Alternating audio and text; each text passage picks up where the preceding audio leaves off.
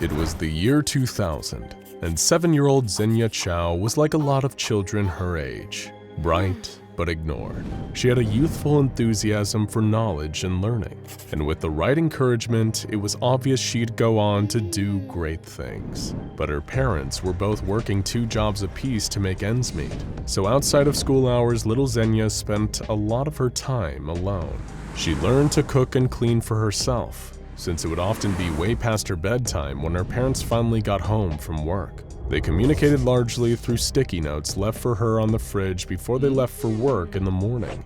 It would be easy for someone like Xenia to fall through the cracks, her potential wasted, and get forced into the same endless rat race as her parents. And that probably would have happened if her brush with SCP-5094 hadn't changed the course of her life forever.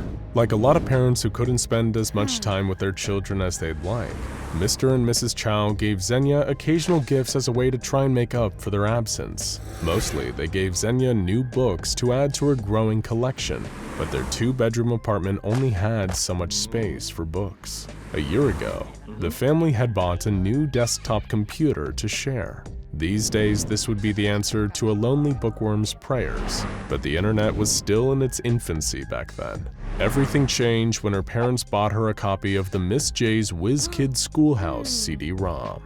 Miss J's Whiz Kidz Schoolhouse was never a popular program. Produced by Shoot the Moon Software in 1999, the game sold poorly on the CD-ROM market for 5 years until the company filed for bankruptcy in 2004. But that didn't matter to Xenia. As far as she was concerned, receiving a copy of Miss J's Whiz Kidz Schoolhouse was nothing short of a miracle, and she was far more right than she knew. She didn't have just any piece of primitive educational software on her hands. Xenia Chao was playing with magic. After the software loaded, a cheerful figure appeared on Xenia's monitor. This was Miss J, a stylized 2D teacher in a low-res but colorful 3D classroom. What can you learn from Miss J? Well, pretty much anything. And Xenia, as a lonely kid without many friends, had all the time in the world. She spent days on end learning from Miss J, and soon Xenia went from a bright child to a bona fide child genius. Her largely absent parents barely even noticed when their child started demonstrating an advanced knowledge of mechanical engineering and a newfound fluency in Swahili. And not only did Miss J, now known to Xenia as Miss Joyce, teach her students with supernatural effectiveness, she also seemed almost like she was alive. She was a warm, calm, encouraging figure who took a genuine, personal enthusiasm in the education and happiness of her students, more than many real teachers even. But sadly, not all good things last forever. When Xenia turned 12, her family bought a new computer, and the old Miss J's Whiz Kidz Schoolhouse CD-ROM was no longer compatible with the new operating system. The disk gathered dust in the closet while Xenia passed through high school and then got into a prestigious college. She received her PhD several years earlier than expected and showed such promise in her scientific field that a certain organization took notice. You guessed it, the SCP Foundation. The Foundation is only interested in adding the best and brightest to their ranks, and thanks to the tutoring from Miss J, Xenia Chao certainly fit the bill. She was assigned to the role of junior researcher, and little did she know, she was about to run into an old friend in her new line of work. The Foundation first discovered evidence of Miss J's anomalous qualities while researching a series of strange forum posts in 2012. On a thread discussing abandonware, which is software for which official support is no longer available, there were multiple reports of a so-called living character in an old CD-ROM many of them had owned as children. Seeing as the technology to use the CD-ROM was obsolete, Shoot the Moons had reportedly extremely low sales for the title, and nobody on the forum had kept their copy. The Foundation classified this apparent anomaly as neutralized. No problem. That was, until then junior researcher Xenia Chao was briefed on this particular SCP 10 years later. She remembered exactly what the forum posters were talking about, and what's more, she still had her old copy at home. The senior Foundation researchers were astounded. An opportunity to study this forgotten anomaly had just fallen into their laps, and it was all thanks to their brilliant new junior researcher. Xenia's superiors ordered her to bring in her copy of the Miss J's Whiz Kidz Schoolhouse CD-ROM, and then real testing began. And after rigorous examination of the software, it appears by all accounts that Miss J really is the world's greatest teacher, in spite of the fact she's a collection of pixels on a basic CD-ROM program from the tail end of the 90s. What Miss J seemed to specialize in was intensive courses. She had the ability to make students certifiable experts in almost any subject through courses that can last upwards of 30 hours and spread out over just a few days. But this isn't as students become so enraptured in learning that they forget accounting for their most basic needs and experience a decline in process story. Miss J's lesson plans account for regular bathroom, meal, and even recreation breaks for students. Her talents easily account for Xenia Chow's remarkable academic success, the same success that got her picked up by the SCP Foundation.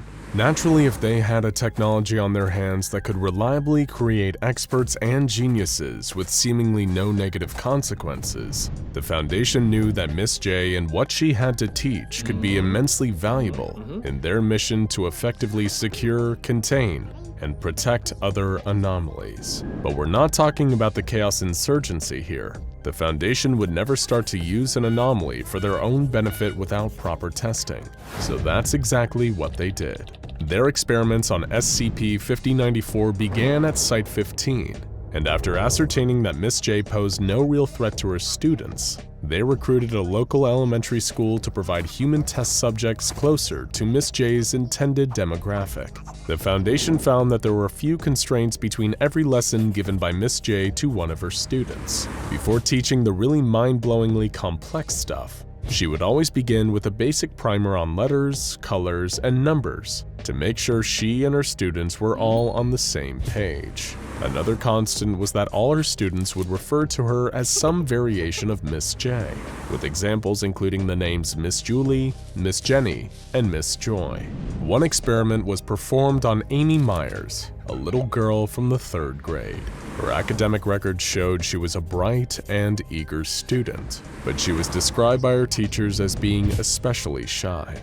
Amy referred to Miss J as Miss Janie and asked to be given a lesson on her favorite animal, cats. Of course, Miss J gladly obliged and gave Amy a 15-hour lesson split over the course of 2 days, which the Foundation closely observed. By the time the lesson was completed, the results were truly astonishing. Amy demonstrated knowledge of feline behavior, diet, and physiology on the level of professional animal behavioral scientists. She became upset when the session ended and the program was switched off. Having become attached to Miss J, no further anomalous effects were reported. The next subject was a student from the 2nd grade named Devon Williams. Devon had a poor academic record and behavioral issues stemming from several learning disabilities. In the past, teachers had reported Devon having real difficulty engaging with their lessons, and the Foundation wanted to see if Miss J's supernatural teaching abilities fared any better. Devon chose to be educated on the subject of trains, and was given a 15-hour course on the subject spread over 2 days. Devon had no difficulty engaging with these lessons, and after their conclusion, he displayed a level of knowledge on railway engineering comparable to a graduate-level education on the subject. Devon was so engaged in his lessons that he had to be physically removed from the room once the course had completed because he'd become so attached to his new teacher. The Foundation was feeling extremely optimistic about the prospect of using Miss J to train potential recruits, seeming as she seemed to be able to teach even the most difficult juvenile subjects. However, the Foundation needed to prove that Miss J could be just as effective teaching adults. For the next test, they recruited D14417, a 24-year-old member of D-Class personnel who described himself as a poor student and tested poorly on pre-screening attentiveness and focus evaluations. He was the perfect candidate for the first adult test of Miss J. To the delight of the Foundation higher-ups, D14417 excelled. Miss J made him a verifiable expert in law, and he was able to pass a mock bar exam with a grade of 310 after his course. Much like the children, he felt intense sadness once the experiment ended, stating that Miss J was the best teacher he had ever had. He's since been selectively anesthetized, released, and is pursuing a degree in criminal law with his new knowledge. Needless to say, the Foundation was impressed. The last thing they needed to know was who exactly this Miss J truly was. To do this, they'd conduct an interview, and thankfully, they already had someone who had a pre-established rapport with the subject, Xenia Chow. When Xenia began the interview, Miss J recognized her immediately. She was delighted to see one of her students go on to find such success in her chosen field. Xenia questioned Miss J on what she truly was, and Miss J responded that she honestly wasn't sure. All she knew for sure was that she was passionate about helping lonely children who love to learn embrace their education. That's really all there was to it, and it appears she was telling the truth. So far, the Foundation has found nothing that hints at a nefarious motivation behind Miss J's actions. It would appear she truly does just want to help children. Xenia, touched by the kindness that this safe class anomaly showed her as a neglected child, and having now seen the positive impact that she had on children like her, thanked Miss J for all she'd done and left the interview happy that there was an SCP out there who just wanted to change people's lives for the better. And probably all of us would be a little better off if there were more. After all, this was one of the few SCPs who changed a few good people's lives for the better. And all of us can probably learn something from the kindness and patience of Miss J. In June of 1985, Mark Johnson and his wife of 10 years, Sophie, were on vacation in Myrtle Beach having a great time. While they relaxed on the sand, Sophie decided to take a picture of her husband for their scrapbook. So she pulled out the Polaroid Supercolor 645 that she'd bought specifically for the trip. She pressed the button, waiting for the picture to print, pulled it out, and shook it. What she expected to see was a shot of Mark lying on his beach towel. What she got was a picture of her husband in the arms of his secretary. They say that a picture speaks 1,000 words, but this particular camera takes pictures that are worth even more than that. When developed, the pictures taken with this normal-looking Polaroid camera reveal the innermost desires of the person being photographed. Welcome to the story of SCP-978. The Desire Camera. The main reason the Foundation keeps SCP-978 under wraps is due to its use as an easy form of blackmail. All anyone with access to the camera would have to do is snap a few covert photos, and they'd have instant dirt on the world's most powerful people. To further stop this camera from falling into the wrong hands, the Containment guidelines strictly forbid the use of the camera for anything other than simple documentation, and all uses of it must be thoroughly logged and checked. So, now that you know what the camera does, it's time to look at what kinds of strange and mysterious photos it's taken. After all, who doesn't want a chance to gain insight into the minds of the Foundation's most famous and dangerous inmates? First, to serve as a control, the team took a photo of a blue office chair. No change was recorded, proving that the camera didn't work on non-anomalous inanimate objects. Some of the earliest tests of the camera were the photos that the research team took of each other. One by one, the doctors and their assistants were photographed in neutral poses, smiling as if for a completely normal photo. Then they waited while the photos developed like normal Polaroids. Most of the research team had minimal changes in their photos. One was shown slouched in his chair drinking from a flask. One was shown in her civilian clothes, getting ready to go home from work. One doctor was in the exact same pose, but with a different colored tie on.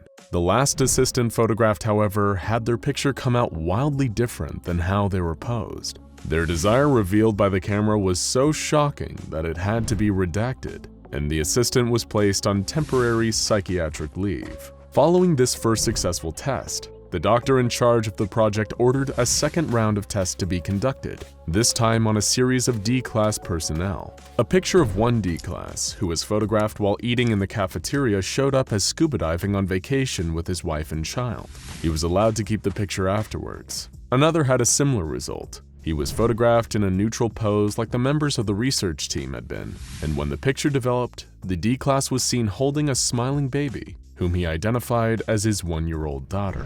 After that, the results of the SCP-978 test started to get a little, well, weird. A notoriously twisted D-class known as 7294 was photographed in his cell, and when the Polaroid developed, he was in the same cell playing a cello made out of a dismembered mannequin. D217-017 was a late-stage victim of SCP-217, a virus that turns organic matter into metal. You would assume that her innermost desire would be to be cured of her disease, but when she was photographed in her cell, the resulting Polaroid showed her completely made of metal, kneeling and praying at the base of a black obelisk. One D-class, who had been rendered comatose and was on life support, was photographed in their hospital room. Their picture showed them as only a limp, deflated skin in their photo. The photograph of another D-class, who had become increasingly listless and apathetic since their integration into the D-class program, resulted in a picture that was exactly the same as they appeared in reality,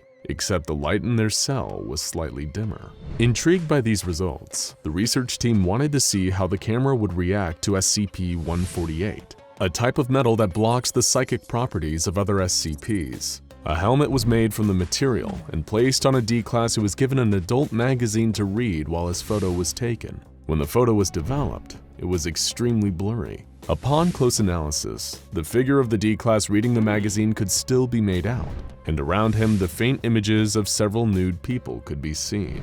The research team wanted to see if the results were the same when the camera was used on animals. Photos of the lab mice and rabbits showed them eating or mating in their respective Polaroids. A zebra finch was shown escaping its cage, while a guard dog and its handler were shown playing fetch in the park.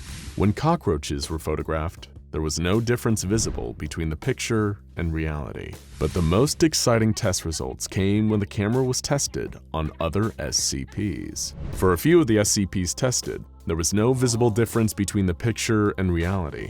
This was the case for SCP-173 the Sculpture, SCP-343 nicknamed God, SCP-014, an immortal man who is, over time, being turned into concrete, and SCP-063, the world's best toothbrush. When SCP-035, better known as the Possessive Mask, was photographed in its glass case, the picture showed an unidentified individual wearing the mask, sitting on a throne and surrounded by 3 masked corpses. The team took a picture of SCP-043, a haunted copy of the White Album that was being interrogated while on a turntable. In the picture, the album was being returned to its sleeve. They then photographed SCP-049 the Plague Doctor standing in his cell. In the picture, the Plague Doctor is hugging an unidentified small child and surrounded by instances of SCP-049-2. When they took a picture of SCP-050, a mischievous statue of a monkey reading a book, the result was predictably playful, given that SCP's history of pulling pranks. The photo that came out of the camera showed the camera itself, with another picture of itself coming out of the developing slot. Microscopic analysis revealed that this recursive photography kept going until the cameras in the pictures of the other cameras were too small to see. The team next photographed SCP-053, the young girl, and the photo was taken as the young girl was drawing with crayons in her cell. In the picture, she was riding through a sunny field on the back of her friend SCP-682. SCP-053 and SCP-682 were even wearing matching bows, dresses, and pink nail polish. When they took a picture of SCP-096 the Shy Guy though, the picture showed SCP-096's cell with nothing in it. SCP-085, the living 2D sketch known as Cassie, was photographed tinkering with a drawn car. In the developed photo, Cassie was engaged in the same activity, but both she and the car were now 3-dimensional. The team took a photo of SCP-106, the Old Man, emerging from a wall within his cell. When the photo developed, it showed the old man roaming a wheat field near an old farmhouse. From the porch of the farmhouse, an older woman is greeting SCP-106 with open arms. They also took a photo of SCP-168, a sentient calculator sitting on a table in its containment cell. In the picture, a teenage boy is seen doing complex math homework using the calculator. Next to him on the table are thick textbooks with titles like Complicated Math, Difficult Math, and math you need your calculator for. The photo of SCP-261, a vending machine that dispenses snack products from alternate universes, showed the SCP in its usual hallway, almost completely buried in coins. SCP-507, an otherwise normal man who unwillingly teleports between dimensions,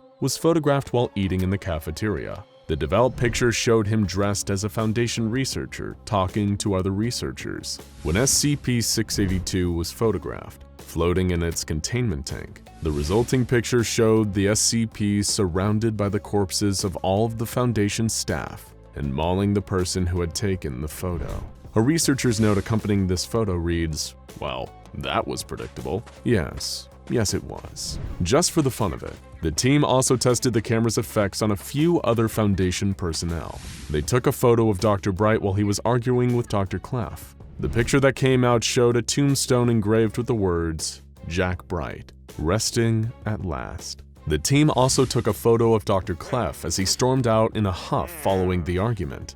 Given that Clef's face cannot be photographed, they were curious as to what the results would be. The picture showed little difference compared to reality, save for the fact that Clef's head was replaced by an image of a hand making a rude gesture. Upon closer examination of the photo, the team also realized that there was a young girl in the background who, strangely, had cloven hooves instead of feet. A young SCP-166 perhaps. The team then took a photo of Dr. Fisher holding his pet hamster. Contrary to expectations, the picture revealed not Dr. Fisher's desires, but the hamster's, showing the hamster sleeping peacefully in its cage, with Dr. Fisher nowhere to be seen. As you can see from these test logs, the effects of the camera are, well, inconsistent, with some photos showing very immediate, simple whims, and others showing the subject's deepest and most secret desires. While the researchers working with SCP-978 seemed like they had a lot of fun getting to peek into the minds of all their coworkers and test subjects, there's no telling what kind of pandemonium could be unleashed if someone on the outside ever got a chance to use it. Thankfully, the camera, which has been classified as safe for obvious reasons, is kept securely in Security Locker HJ-12 at Site-17, which means none of us have to worry about our own pictures taken by the Desire camera leaking out. But if someone did get the camera out and took your picture, what do you think they'd see? The SCP Foundation has encountered and contained some of the most fearsome entities in human history, and even some from long before us shaved apes were ever walking across the earth. They've gotten their hands on ancient gods, humanoid creatures with deadly powers, and more than one item with the capacity to bring about the end of the world as we know it. But not everything at the SCP Foundation can kill you or would even want to. Sometimes an SCP has no agenda, other than going about their lives, making friends, or even helping people. Instead of wanting to eat you for dinner, these entities would rather sit down for a meal and a chat with you. No apocalyptic ambitions here, just good vibes. Today, we're taking a look at some of the friendliest SCPs of all time. First off is an SCP that's just as sweet as it is sad. If you ever encounter SCP-4999, you probably don't have long left to live. That's not because it's going to kill you or even hurt you, but because 4999 visits people who are already at death's door. Manifesting as a humanoid figure dressed in dark clothing, SCP-4999 appears to a person about 20 minutes before their death, as long as the subject is awake and alone. It will then sit down near their bed and offer them a cigarette. It will then light one for itself and, as it smokes, hold the dying person's hand or place a comforting hand on their shoulder. It will stay there with them, providing a silent sense of peace until they have slipped away. It may not be friendly in the most traditional sense, but SCP-4999 displays a great deal of kindness and compassion in making sure that no one ever dies alone. Though some of the friendliest SCPs are serious, others are quite silly.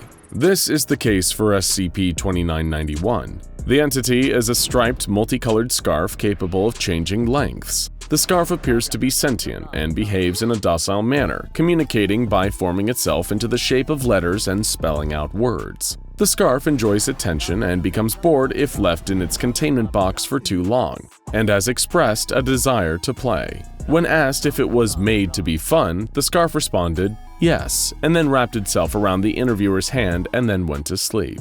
It does not seem to have any interests other than playing and spending time wrapped around people, keeping them warm and cozy. It's basically just an ordinary scarf, except it's able to move on its own and desires the company of humans. Sounds pretty darn friendly to us. Some SCPs are perfectly nice, friendly people who have no control over their own anomalous properties, and would probably prefer just to live out a mundane existence free from any unusual activity. Unfortunately, you don't always get what you want, and neither does SCP-507. 507 is, for all intents and purposes, an ordinary human man with one notable exception. Against his will, he routinely finds himself teleported into alternate dimensions, appearing in them and returning to his original one seemingly at random. Aside from these odd, stressful occurrences, 507 is a jovial individual who enjoys meeting other SCPs and chatting with researchers at the Foundation about the paranormal. Aside from his dimension hopping, he is no different from any pleasant stranger you might encounter on the street. While some entities like 507 behave like a neighbor to the SCP Foundation, others like SCP-131 are more like house pets. SCP-131 refers to a pair of creatures nicknamed the iPods. Two teardrop-shaped creatures about 1 foot high, one orange and one yellow, with a single blue eye in the middle of each of their bodies. Their intelligence has been compared to common house cats, and they are very curious, loving to roll around the facility and see what everyone is getting up to. They appreciate attention and affection, and seek more of it from those who they bond to, following them around like a lost puppy.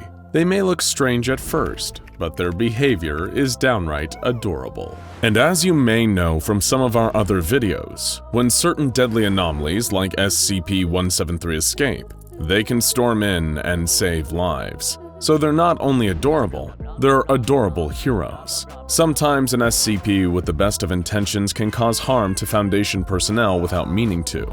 This was the case for SCP-2337, a male corncrake bird capable of vocalizations loud enough to cause permanent hearing damage. Though he possesses this ability, he has never used it to cause deliberate harm while in Foundation custody. Instead, he simply wants to chat with the personnel, speaking in a language similar to English. The bird, which responds to the name Dr. Spanko, is very cooperative and always excited to speak with research staff, especially delighted when called by his name. He may be a bit loud from time to time, but who isn't? He's not malicious, just enthusiastic. Sometimes an SCP's good intentions are not misinterpreted or inadvertently harmful, but simply as helpful as they were meant to be. Enter SCP-662, a small silver handbell that, when shaken, summons a short, well-dressed, classic British butler named Mr. Deeds. Mr. Deeds will address the ringer of the bell by their name and title, and perform tasks for them. He is extremely polite, and even when given a task that he does not wish to or is unable to complete, he declines with the utmost respect. His style of friendliness may be more formal, but he's good company just the same, and we've heard he mixes a mean, or in this instance, a nice drink too. Many of the nicest SCPs to be around are similar to pets, but very few were deliberately intended to live in one's home as a companion.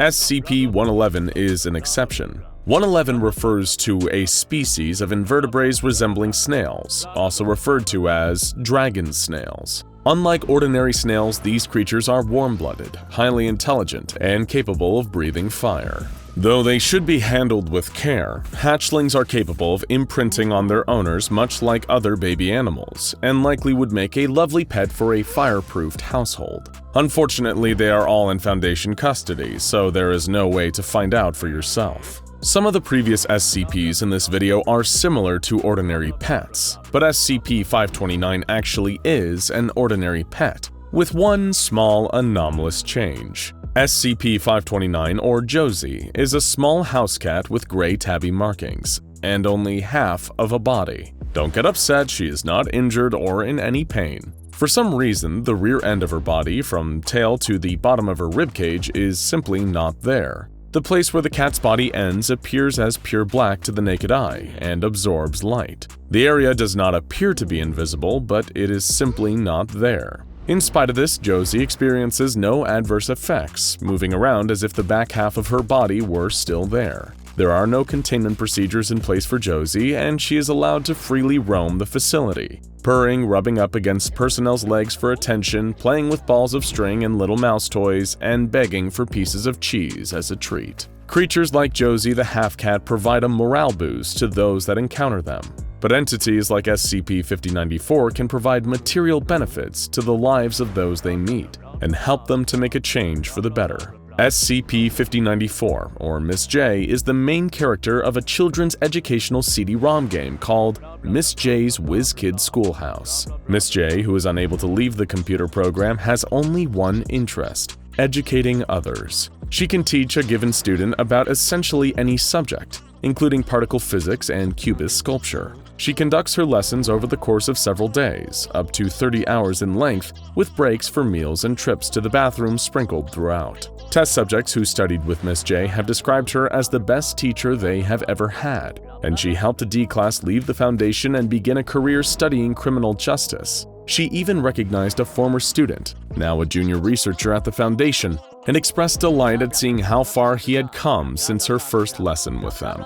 Many of the friendlier SCPs have a great deal of knowledge they are eager to share, and one of the most eager out there is SCP-1867, or Lord Theodore Thomas Blackwood. Lord Blackwood identifies himself as a British explorer and naturalist, as well as a war veteran, which is a bit perplexing considering he is also a neon sea slug measuring only 4.6 inches in length. In spite of this, he enjoys telling anyone who will listen the tales of his past expeditions, which he has been able to provide ample proof of. Lord Blackwood is happy to provide entertainment and engaging tales of adventure to anyone who would like to take a listen to the stories of a sea slug. If you're interested in the company of Lord Blackwood because of a fondness for stories, then you'll also want to hear about SCP-1230. 1230 is a simple, unlabeled green hardcover book with nothing strange about it at first glance. When it is opened, the phrase, "A hero is born," can be seen on the first page the reader looks at, and the rest of the pages will appear to be blank. The true anomalous effects of the book do not kick in until the reader goes to sleep.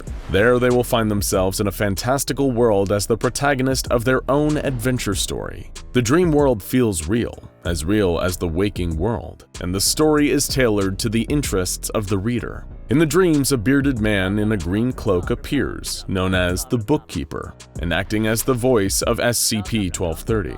He is helpful and kind, providing guidance to the dreamers and attempting to ensure that they have a wonderful time in their dream. Just before the dreamer wakes up, the man bids them a sorrowful farewell and asks that they please visit again soon. It seems that the book and its keeper want nothing more than to give readers an incredible experience and the chance to live out their wildest dreams as the hero of their own story. Speaking of objects that help people fulfill their dreams, SCP-2203 devotes itself to fulfilling romantic dreams in the waking world. 2203 is a standard love tester machine which, upon use, dispenses a card with the name and address of a person, as well as a bit of advice of how to approach them. This person is intended to be the soulmate of the subject, and when the subject approaches their chosen person, they find that there is an immediate spark. Test subjects who sought out their assigned person have found either a spouse, a lover, or a lifelong best friend. It refuses to suggest matches to individuals with a history of domestic violence, indicating that its intention is to only make matches that will be happy, healthy, and safe. Many of these friendly SCPs display a strong desire to help others however they can. Few show this desire more strongly than SCP-2295. 2295 is a patchwork stuffed teddy bear made from synthetic fiber and cotton. When it is near a human who has experienced major trauma to an organ, the bear becomes active. It will produce scissors, white thread, and sewing needles or a crochet hook, and create a stuffed version of the ailing organ. The damaged organ will somehow be replaced with this new creation. It sounds as if this is the start of a horrifying story, but it isn't. The stuffed organ will function perfectly, defying all known laws of medicine and science. The bear wants to help so badly that if there are no useful materials nearby, it will use stuffing and fabric from its own body to construct these organs. When the bear is unable to help a subject, it will do whatever it can to cheer them up and make them happy, and has even been known to hold the subject and cry if there is nothing else it can do. Above all, the bear simply wants to help heal the hurt and the sick. Without a doubt, though, the friendliest SCP that the Foundation has ever encountered is SCP-999, also known as the Tickle Monster. 999 is a large mass of orange slime that wants nothing more than to play, socialize, and make people happy. Its behavior has been compared to that of a dog, enjoying the company of humans and other creatures. Just touching its slimy surface is enough to boost a person's mood, and the creature expresses special interest in people who are unhappy or suffering from emotional pain. It refuses to eat meat and goes out of its way to prevent any harm to those around it, even taking a bullet for a person to save their life. 999 is such a delight to be around that it even managed to make the omnicidal rage of SCP-682 subside, if only for a moment. Dogs might be considered man's best friend, but SCP-999 is giving them some fierce competition for the role, though it would probably want to be best friends with a dog, too. And hey, if you want your own SCP-999 to cuddle, make sure to check out scpswag.com to pick up a Tickle Monster plush. It's the next best thing to having your very own SCP-999 to cuddle whenever you need a little pick-me-up. Think back to your childhood and ask yourself, what was the most pain you've ever felt while growing up? As we develop, our understanding of pain evolves according to our different experiences. The older we get, the injuries we suffered as children, like a scraped knee or a bee sting, rarely cause us the same level of distress as they used to. Of course, when you are young and unfamiliar with sensations of pain, what you really need in that moment straight after you've fallen off your bike or tripped playing soccer is someone to pick you back up and give your sore spot a kiss. Perhaps you even need a bowl of warm soup to comfort you. Luckily for you, SCP-348 is exactly that. While many of the anomalies held in containment by the SCP Foundation have earned the Euclid or infamous Keter class designations, SCP-348 is one of the few considered to be safe, both in the sense it poses no containment risk, and in that it wouldn't hurt a fly. It is neither an ancient eldritch abomination from another dimension spreading its influence in our world through mimetic stimuli, nor is it a recording of a basketball game in which all the players and spectators are trapped inside. It isn't an indestructible limb-generating reptile or a towering winged being wielding a flaming sword and guarding the entrance to the Garden of Eden. To put it simply, SCP-348 is a bowl. A white, ceramic bowl, the kind you would find almost anywhere in the world. It may even look indistinguishable from the one in your kitchen cabinet. Of course, SCP-348 is hardly as ordinary as it outwardly appears to be, and it certainly isn't the only inanimate object that the Foundation keeps safely stored away. The key thing that differentiates SCP-348 from most other anomalies is how genuinely harmless it is. Its anomalous properties do not cause injury to any individual that interacts with it, nor does this bowl have any adverse effects on the world around it. SCP-348 cannot bend or reshape reality. It does not cause the person eating from it to have premonitions of their own death, and using it certainly does not manifest a contract-making entity at the opposite side of the table. So what makes this bowl in any way anomalous? What about it categorizes it as an SCP and not just a harmless piece of fine crockery? Well, why don't we start with how SCP-348 was first discovered? Some time ago, the SCP Foundation was made aware of rumors surrounding a child living in an unknown part of the world. According to the intelligence gathered by the Foundation, this child seemed to possess some sort of healing ability. Or at least, this is what rumors suggested. Upon further investigation, the source of these so-called remarkable recovery abilities wasn't the child, but appeared to come from a small ceramic bowl, which we now know as SCP-348. This is not to say that the bowl has any inherently supernatural healing properties, and it doesn't impart any regenerative power to those that eat from it either. It does heal in a certain sense, but not in the way you're probably imagining. When the SCP Foundation recovered SCP-348, there were no markings on it indicating where the bowl came from or who it was manufactured by. The only visually distinct details worthy of note were flowery patterns that appeared to be hand-painted around both the inside and outside of SCP-348. The ceramic surface also bore the Chinese letters Shang Xi Ni, which translates to the phrase, "thinking of you." The child that first discovered it found the ceramic bowl in the attic of their home. The child's parents were both full-time workers and seemed to be somewhat neglectful of their child, although they refused to comment on this. But according to the findings of the SCP Foundation, the child had come to rely on SCP-348. Deciding to further investigate the anomalous properties of SCP-348, the Foundation began testing it, given that the child who first discovered the bowl had relied upon it. Tests involve Foundation researchers presenting certain children to SCP-348 and observing the results. So was this bowl haunted? Perhaps harboring some malicious spirit or entity that sought to corrupt these children, maybe even healing them in order to somehow use them as a vessel to break into our world? No. And while it may have not healed in any overt or expected way, it did heal in at least a metaphorical sense. If presented with an injured child sporting any form of minor ailment such as a cut or a runny nose, SCP-348 fills with warm soup. And yes, that's right, we said soup. What kind, you may ask? Well, that seems to vary. Sometimes it is tomato soup, other times it might be chicken noodle soup. While the ingredients used in the soups are often different, there are notable consistencies to how SCP-348 heals. If anyone between the ages of 4 years old and 18 years old sits down in front of the blue flowered bowl, then SCP-348 will fill with soup.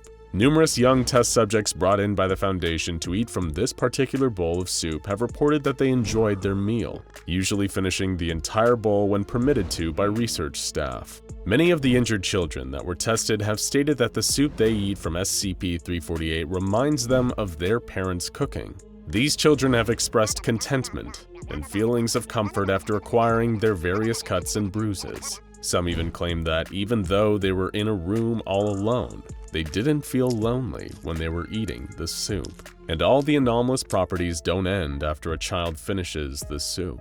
Usually, although not always, the bowl will leave the child a message, often some brief words of reassurance or comfort. These messages materialize on the inside rim of the bowl and seem to be specifically tailored to the subject that has just eaten. The words will not only be written in the child's first language, but are often linked to the child's home life or relationship with their parents. Messages that appear on SCP-348 usually fade over time, normally disappearing after a few hours or when the bowl refills with more soup. One test of SCP-348 saw a little girl, age 8 and suffering from a sore throat, brought before the bowl. According to a background screening made by research personnel, the girl lived with her biological parents and apparently had a good relationship with both her mother and her father. When SCP-348 filled with soup for her, the girl took almost half an hour to finish eating, and afterwards reported that she felt her sore throat get better as she ate. By the end of the meal, this test subject remarked that she felt completely normal. In this instance, no message appeared within the bowl. Another child was brought in to continue the testing of SCP-348, this time a boy of 10. Unlike the previous test, this boy was not on good terms with his parents and often argued with them. At the time of testing, the boy had sustained several minor bruises, the result of a small accident that occurred while the boy had been out riding his bike. Much like the little girl, this subject ate the soup that SCP-348 presented him with. This time though, the bowl offered a message to the boy. The lettering found on the ceramic surface of SCP-348 simply read, "Don't forget to brush." Messages also appeared when an 11-year-old boy with a slight cold ate soup from the bowl. This child had been adopted by a foster family, and after eating from SCP-348, he saw the message, "I'm glad you're happy," appear. Another young test subject, a boy age 6, had a similar experience. In this instance, the child had several scrapes and scratches from playing with his friends. His parents had divorced, and he was living with his mother at the time of testing. This time, SCP-348's message to this boy read, "I'm sorry, son." A 7-year-old girl suffering from a cough was brought in before SCP-348. She had lost her father to a traffic accident some time before testing commenced, and received the message, "I love you," after finishing her soup. Further testing conducted by the Foundation revealed that anyone over the age of 18 years who attempted to eat soup from SCP-348 experienced things slightly differently. Unlike the children, older subjects mostly displayed a disinterest in finishing their meal. A common complaint among those over 18 was that the soup was missing something. However, in a few isolated cases, testing SCP-348 on older candidates still revealed messages, although the words seemed to be faded, not the clear hand-painted blue that appeared when the children had finished their soup. One woman aged 30 who was suffering from a headache sat down in front of SCP-348. Much like it had done before, the bowl filled with soup and the woman ate. As with some of the younger subjects, a key aspect of this woman's background seemed to be what triggered the message to appear. Specifically, she admitted to being on bad terms with her mother and father. The woman explained that she had opted to live on her own, isolating herself from her family. In fact, she even described having rejected an offer her father made to her many years earlier, refusing some career training that he was willing to give in order to help her secure a job. When she finished the soup, one word appeared in the bowl: why? Another woman who was 40 years old was also brought in for the SCP-348 testing. Much like the previous subject, she had moved away from home and became estranged from her parents over the years. But unlike the previous test, this woman had taken it upon herself to not only send money to her parents, but also arrange senior care for both as well. Prior to testing, her father had died peacefully of natural causes after spending his last days in the care that this woman had paid for.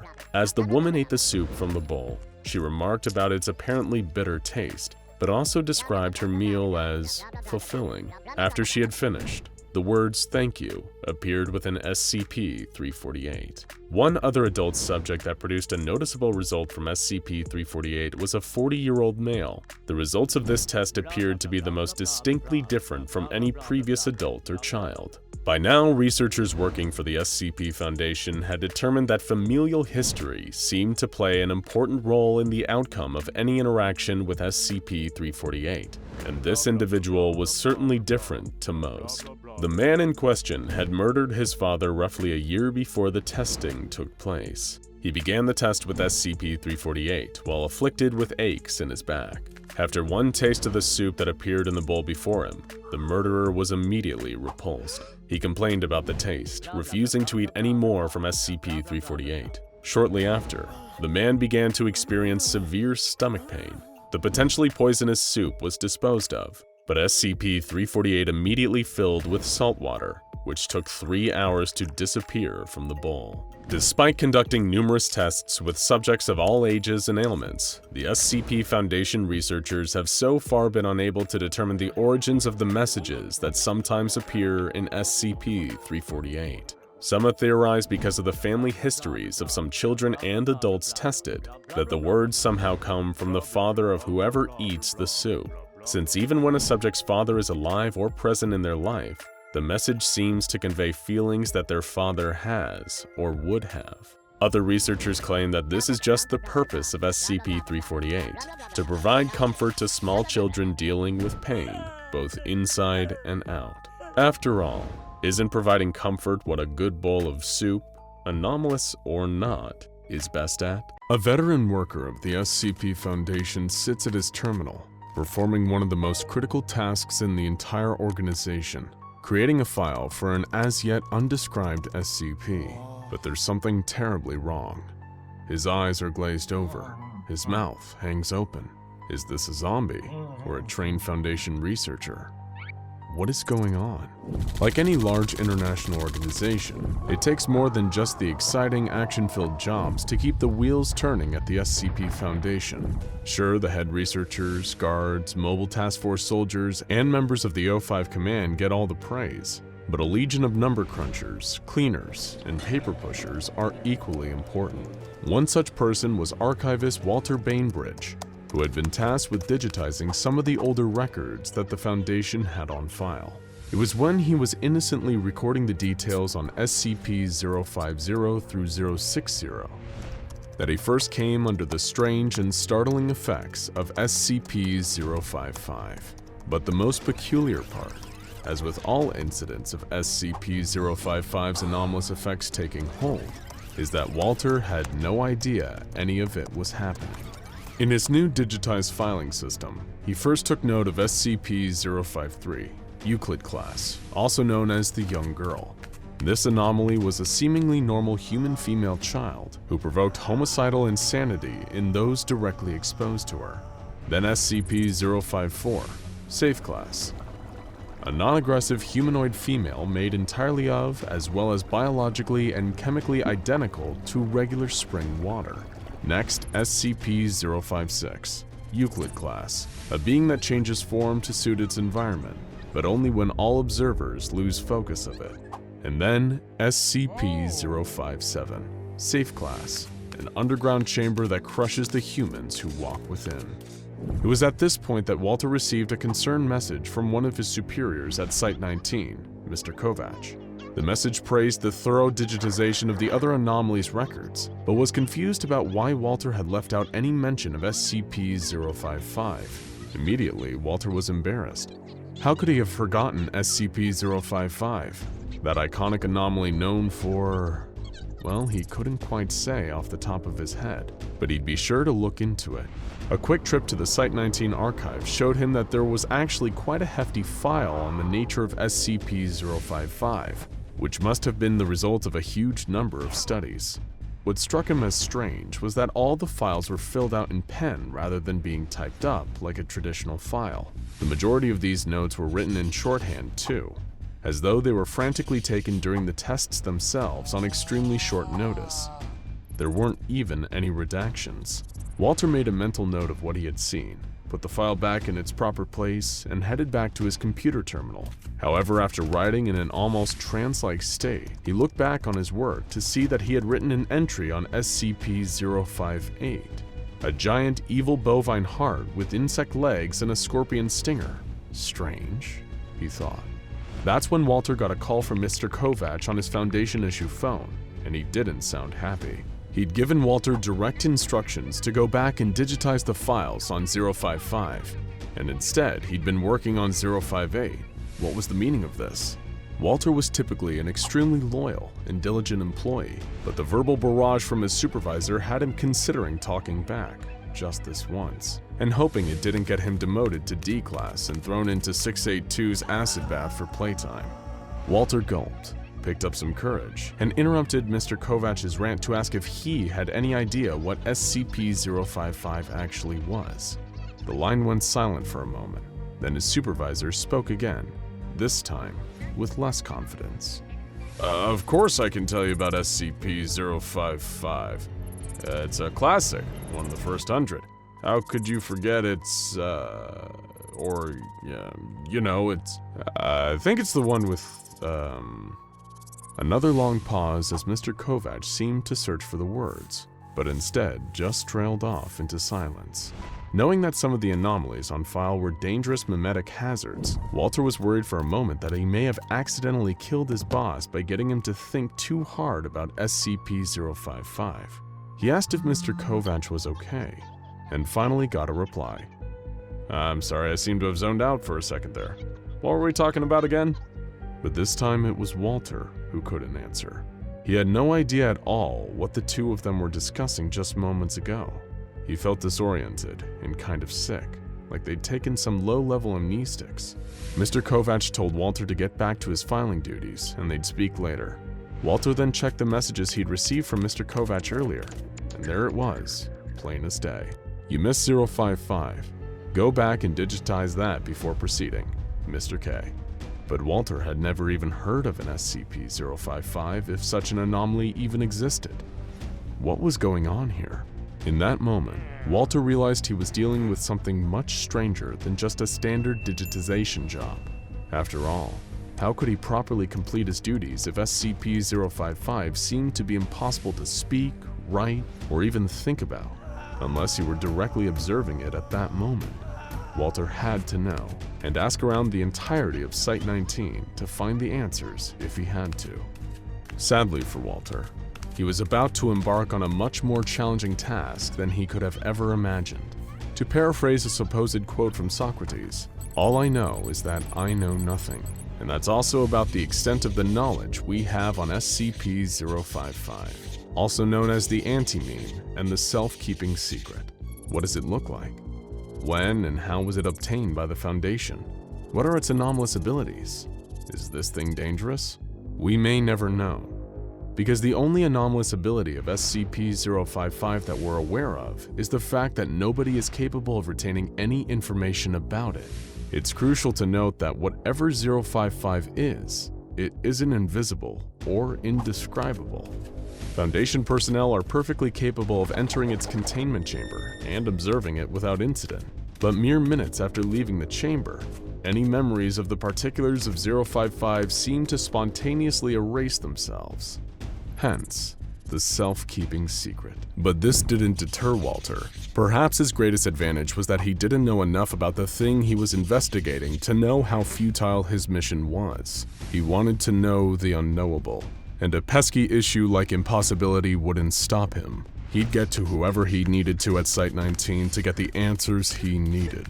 Of course, most people had no knowledge of the mysterious anomaly. The common response he got back from his colleagues was, 055? Do we even have a 055? While the realization of sudden memory loss, or the realization of 055's existence, has been known to cause momentary stress, there are no known long-term physical or mental effects from 055's anomalous abilities. It's a fleeting idea in its purest form, like forgetting why you walked into a room. 055 could be the most harmless object on the Foundation's roster, or the most deadly. Either way, we just don't know. At times, Walter worried he was going insane. 055 and everything related to it was gaslighting him. Was 055 even real? The one thing that proved to him that 055 must have existed is that its containment chamber existed. According to the official records kept by the Foundation on the Site-19 containment facilities, 055 is kept in a 5x5 by 2.5 meter square room, constructed of 50-foot thick cement, with a Faraday cage surrounding the cement walls. The report continues that access is via a heavy containment door measuring 2 by 2.5 meters, constructed on bearings to ensure door closes and locks automatically unless held open deliberately. 055 cell is one of the few to have no posted security guards, and any personnel working on other SCPs in the area are ordered to remain at least 50 feet from the geometric center of 055 cell, where the anomaly itself is kept. When he tried to explore further why the cell was constructed in this manner, he found that, surprise, surprise, nobody knew. 055 was an anomaly whose containment requirements were so mysterious that it automatically netted itself a Keter-class designation. After all, how can you properly contain something you can't even hope to comprehend? There were plenty of rumors about the true nature of 055. Some of the more conspiratorial minds at Site-19 theorized that 055 was actually an autonomous or remotely controlled spy inserted into the site to observe Foundation operations, or even humanity as a whole. If you're on the more paranoid end of the psychological spectrum, this theory makes total sense. An anomaly that's physically impossible to remember, even when writings and pictures on the subject exist, would be a perfect spy. However, this was all ultimately little more than speculation. Walter was barely any further along than when he started. There were multiple points in his investigations where Walter seriously considered giving up, until finally, he had a major breakthrough. Dr. Bartholomew Hughes and Dr. John Marichek were two scientists that had performed extensive research into 055, and who, Walter hoped, might have the answers he sought about the self-keeping secret. These scientists were the first to discover the anti-memetic nature of 055, performing numerous tests on D-Class personnel to see if it was possible to create feasible written records, sketches, or any other records or impressions that could bypass its anomalous effects. The disorienting, memory-ruining effects of 055 also extend to any materials concerning 055. It seems to be a truly uncrackable code, but Dr. Hughes may have finally found some cracks in the armor. For starters, the fact that we're able to remember that 055 is an anti-memetic is an ironic exception to its anti-memetic qualities. This revelation also inspired another realization from Dr. Hughes.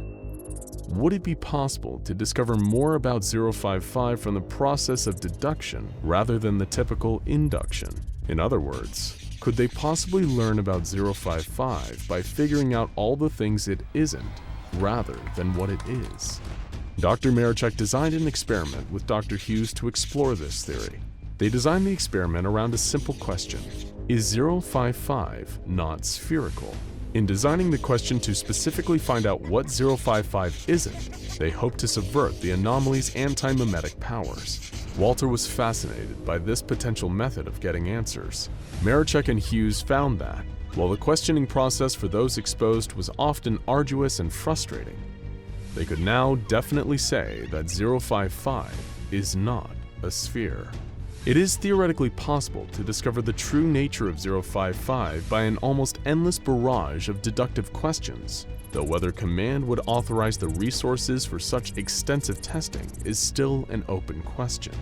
Walter in his desperation begged Marichek and Hughes for clearance to view 055 himself.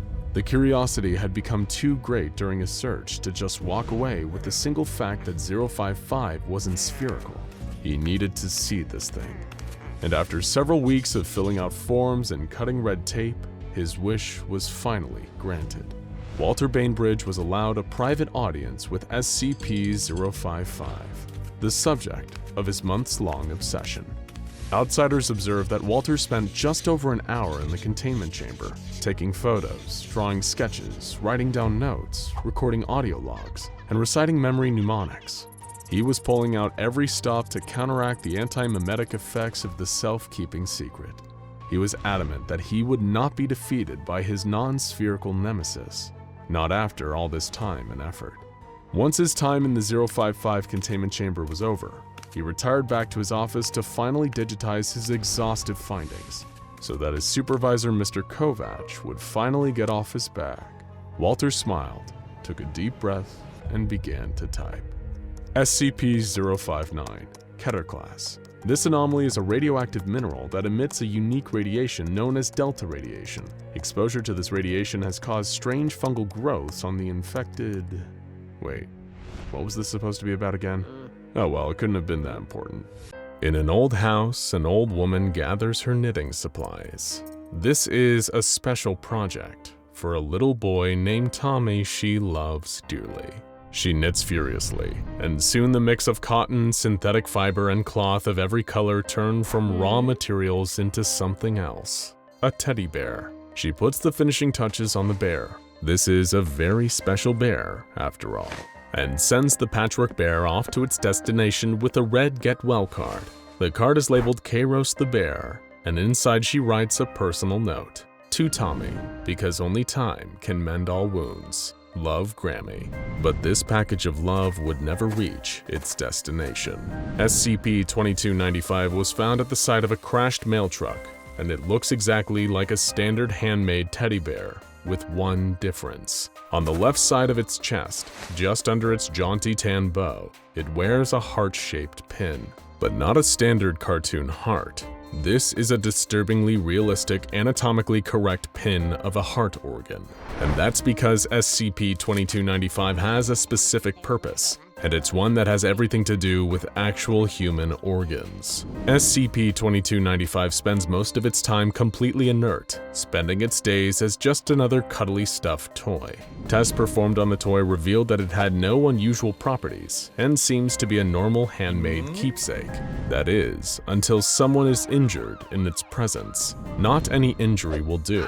A paper cut or even a broken arm, for example, won't do much to activate its anomalous properties. But if it detects a critical injury to a human organ nearby, it will trigger a secret power, one that the Foundation is still trying to figure out how it works. Because SCP-2295 is a miracle worker. When it senses the presence of someone with a serious injury to an organ and is within 2 meters of them, SCP-2295 springs into action.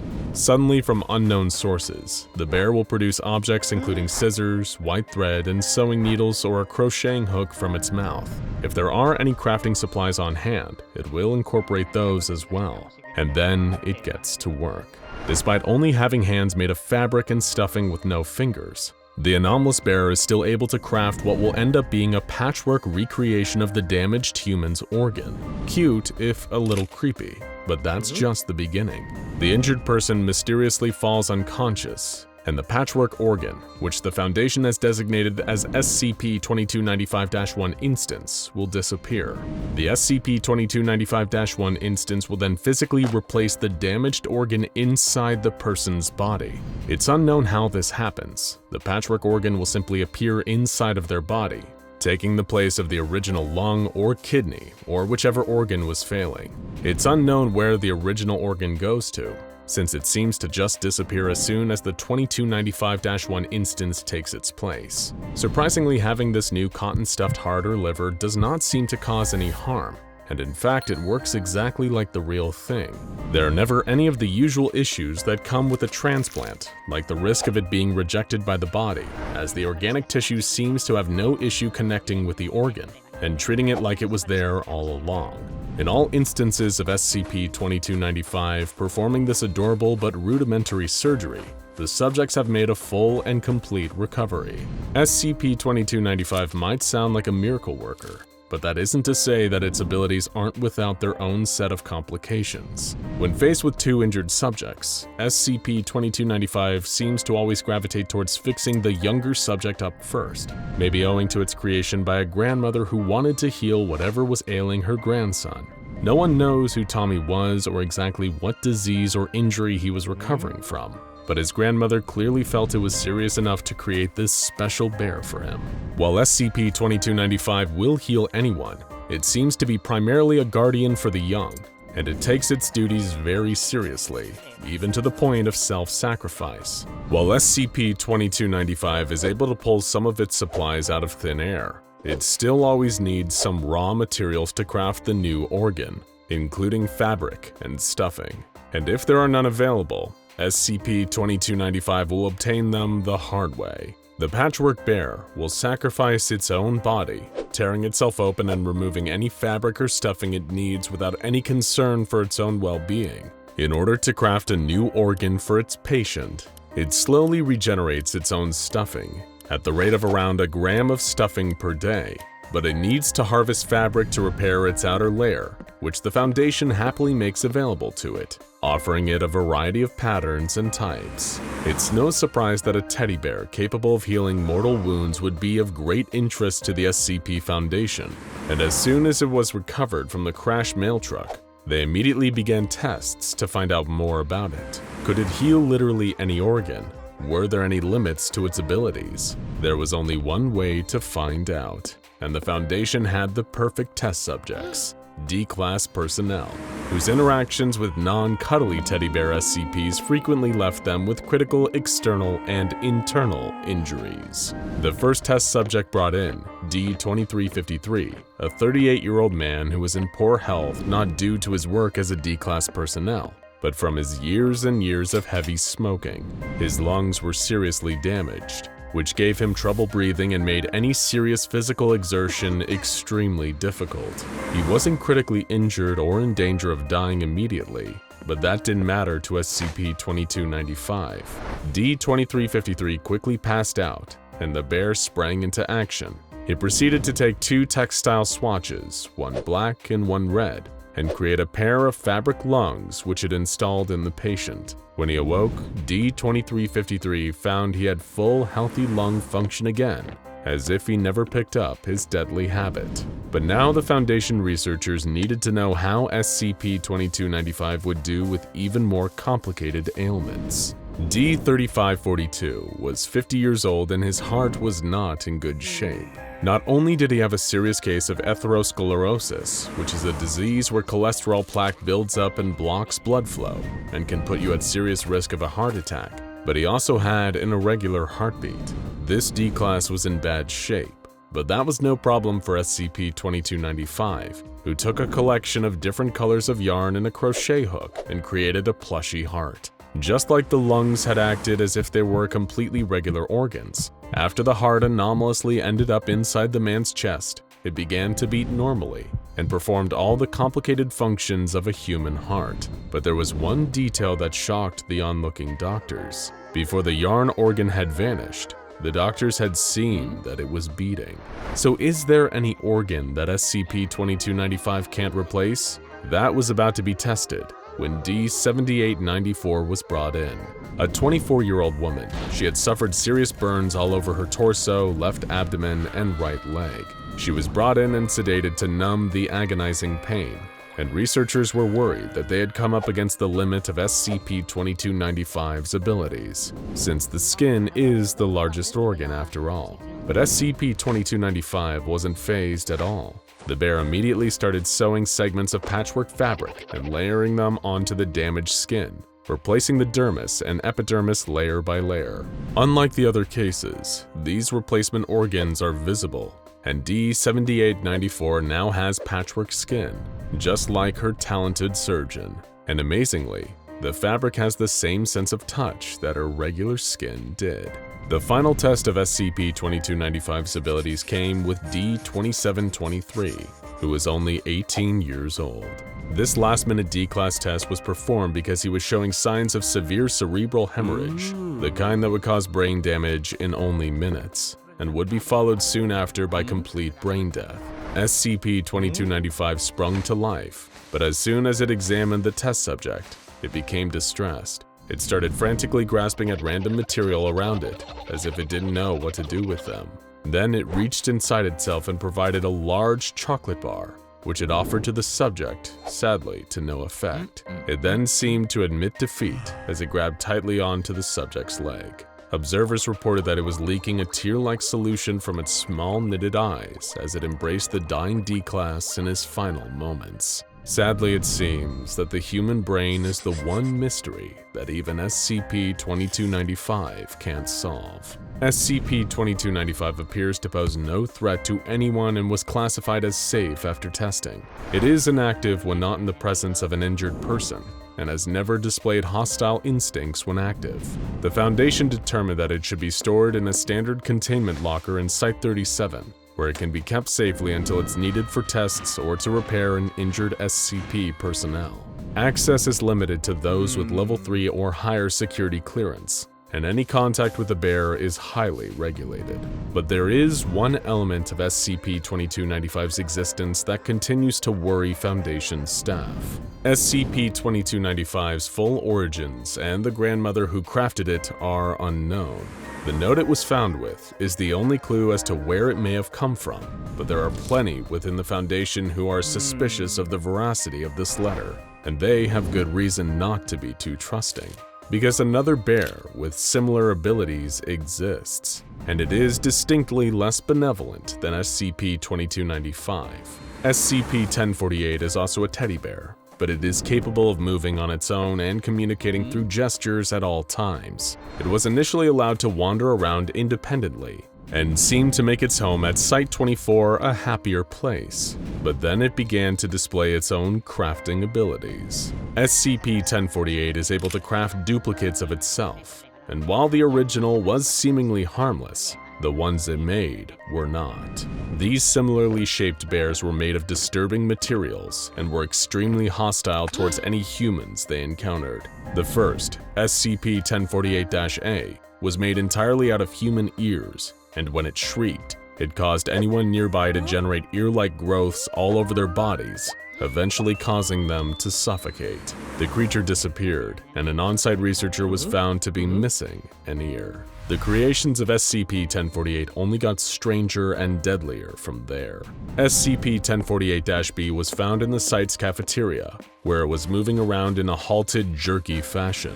It then started bursting at the seams and revealed what appeared to be a human fetus inside. When the creature screamed, it sounded like a much louder version of a human infant, and its crows caused massive internal damage to anyone around it. SCP-1048-B was killed in the ensuing conflict with Foundation agents, ending its threat. But SCP-1048 was learning deadlier techniques. When SCP-1048-C was discovered, it looked to be a teddy bear made entirely out of rusty scrap metal. When it was spotted by Dr. Carver and targeted by Foundation personnel, the creature turned violent and proved to have incredible strength, jumping through the agents who were trying to neutralize it, tearing through their bodies like tissue paper. Attempts to damage it were unsuccessful, and both it and the bear made out of ears are still on the loose along with the original SCP-1048. Capturing it is major priority for the Foundation, because no one wants to see what it will create next.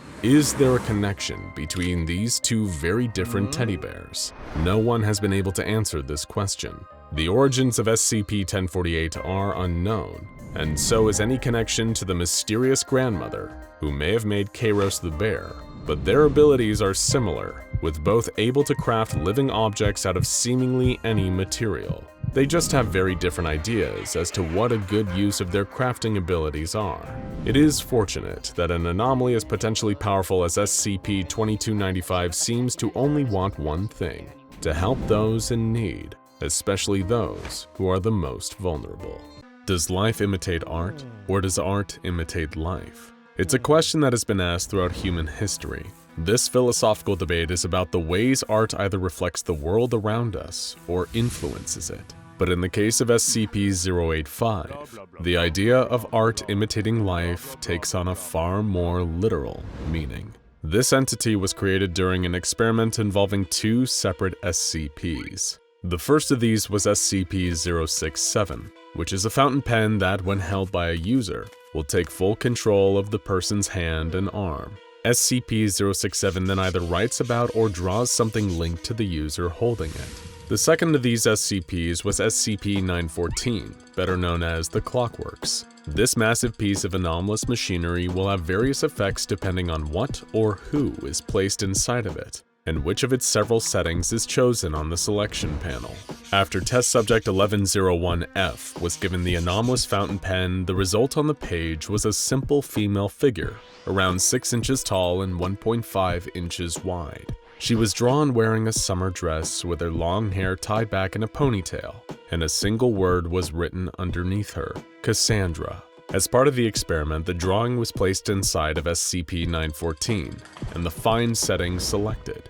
This is the setting that is known to improve the object placed inside of it in some way. For example, a hunk of steel placed inside will be transformed into a pile of steel carpet tacks, a refined version of the steel. When the drawing was placed inside, something truly amazing happened. Cassandra came to life, or as she now prefers to be called, Cassie. SCP-085, sometimes known as Hand-Drawn Cassie, is a completely sentient being.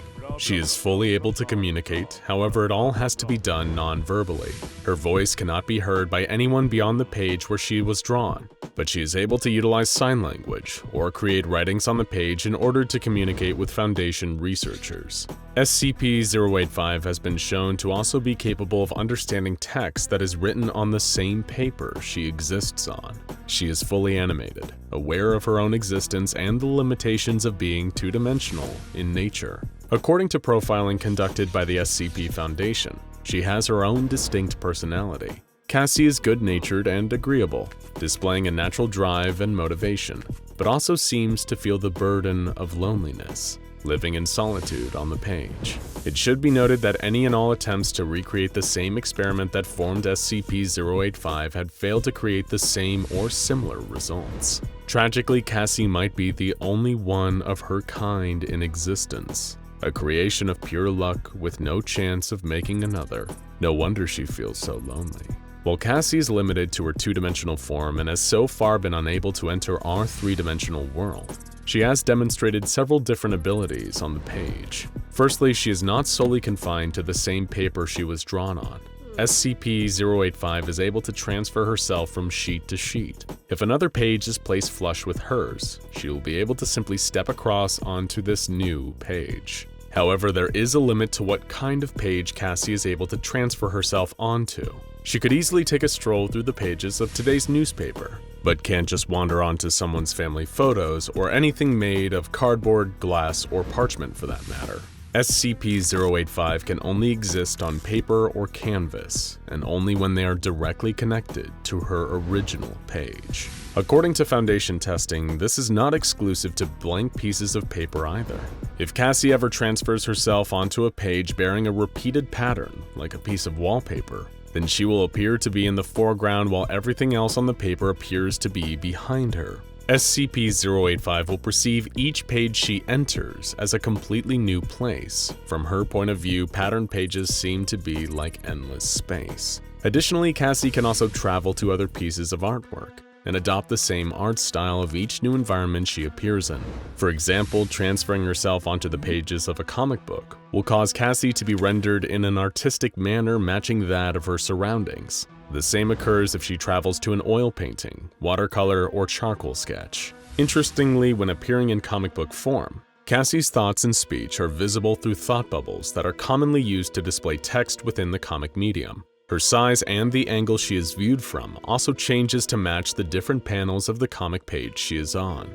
At one point, SCP-085 was introduced by Foundation personnel to a print copy of Ascending and Descending by the famous Dutch artist M.C. Escher. This painting is of a large building, with its roof consisting of a looped, never-ending staircase. When she transferred onto the print of Escher's painting, SCP-085 curiously explored her new environment and was able to ascend and descend the staircase. The researcher gave Cassie the name of the piece and asked for her thoughts on it. She remarked, "It's pretty, I guess. Would make a neat exercise track." When the researcher asked if she noticed anything inconsistent about the staircase, Cassie replied, "No, as far as I can tell, it just loops around, down, up all the time. Why don't more staircases do that? It's pretty neat." Following this, Cassie directly requested more impossible objects or optical illusions to be drawn onto her page and made part of her environment. Unfortunately, her request is still pending review from the O5 Council.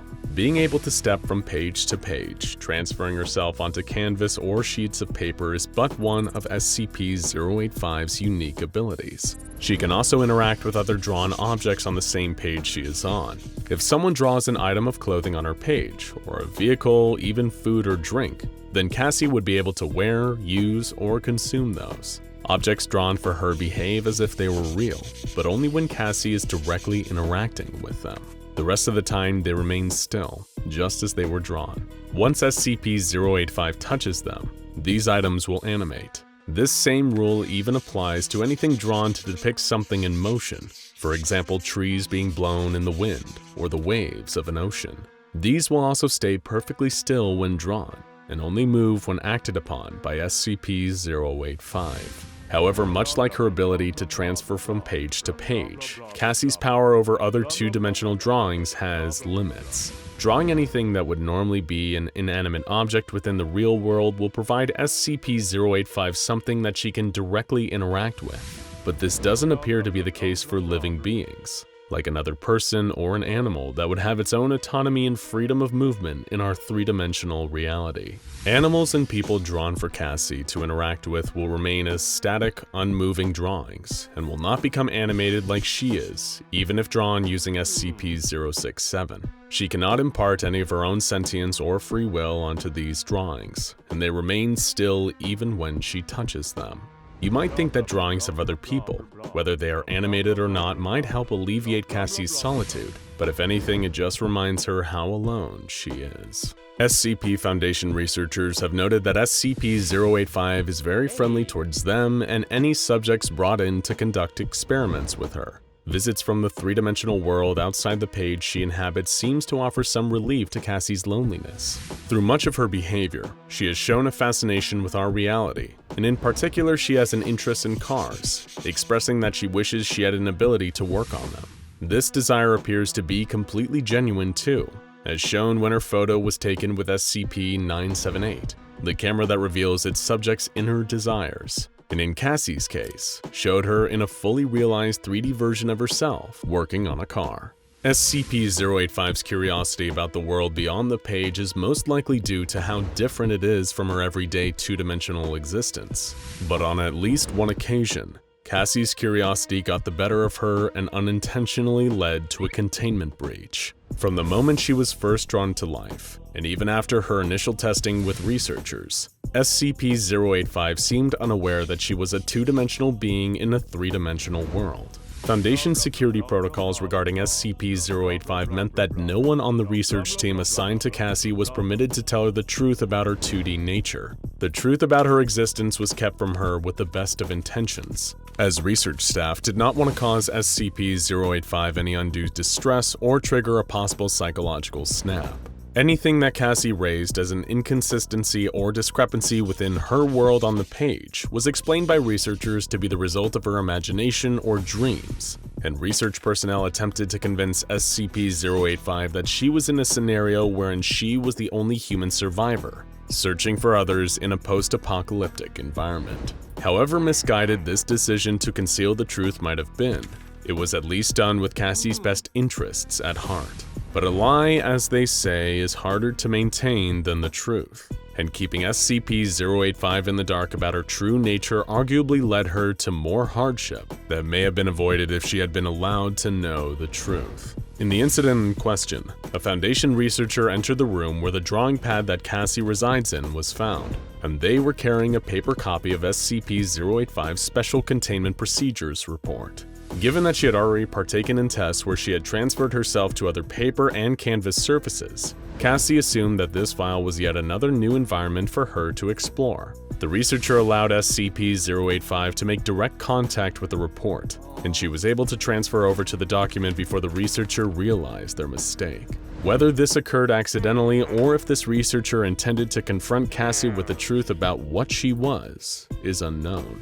Nevertheless, Cassie found herself on the pages of her own SCP Foundation file. The record of every test the research staff had conducted, a full description of how she had first been drawn by SCP-067 and brought to life by SCP-914, all clear as day, in black and white. Cassie's own true nature was presented to her. Immediately, the yarns that Foundation researchers had spun about her surviving an apocalypse began to unravel. It was all a lie, meant to keep her in the dark and prevent her from ever knowing that she was trapped in 2 dimensions. She returned to her original page shortly later, but the damage was already done.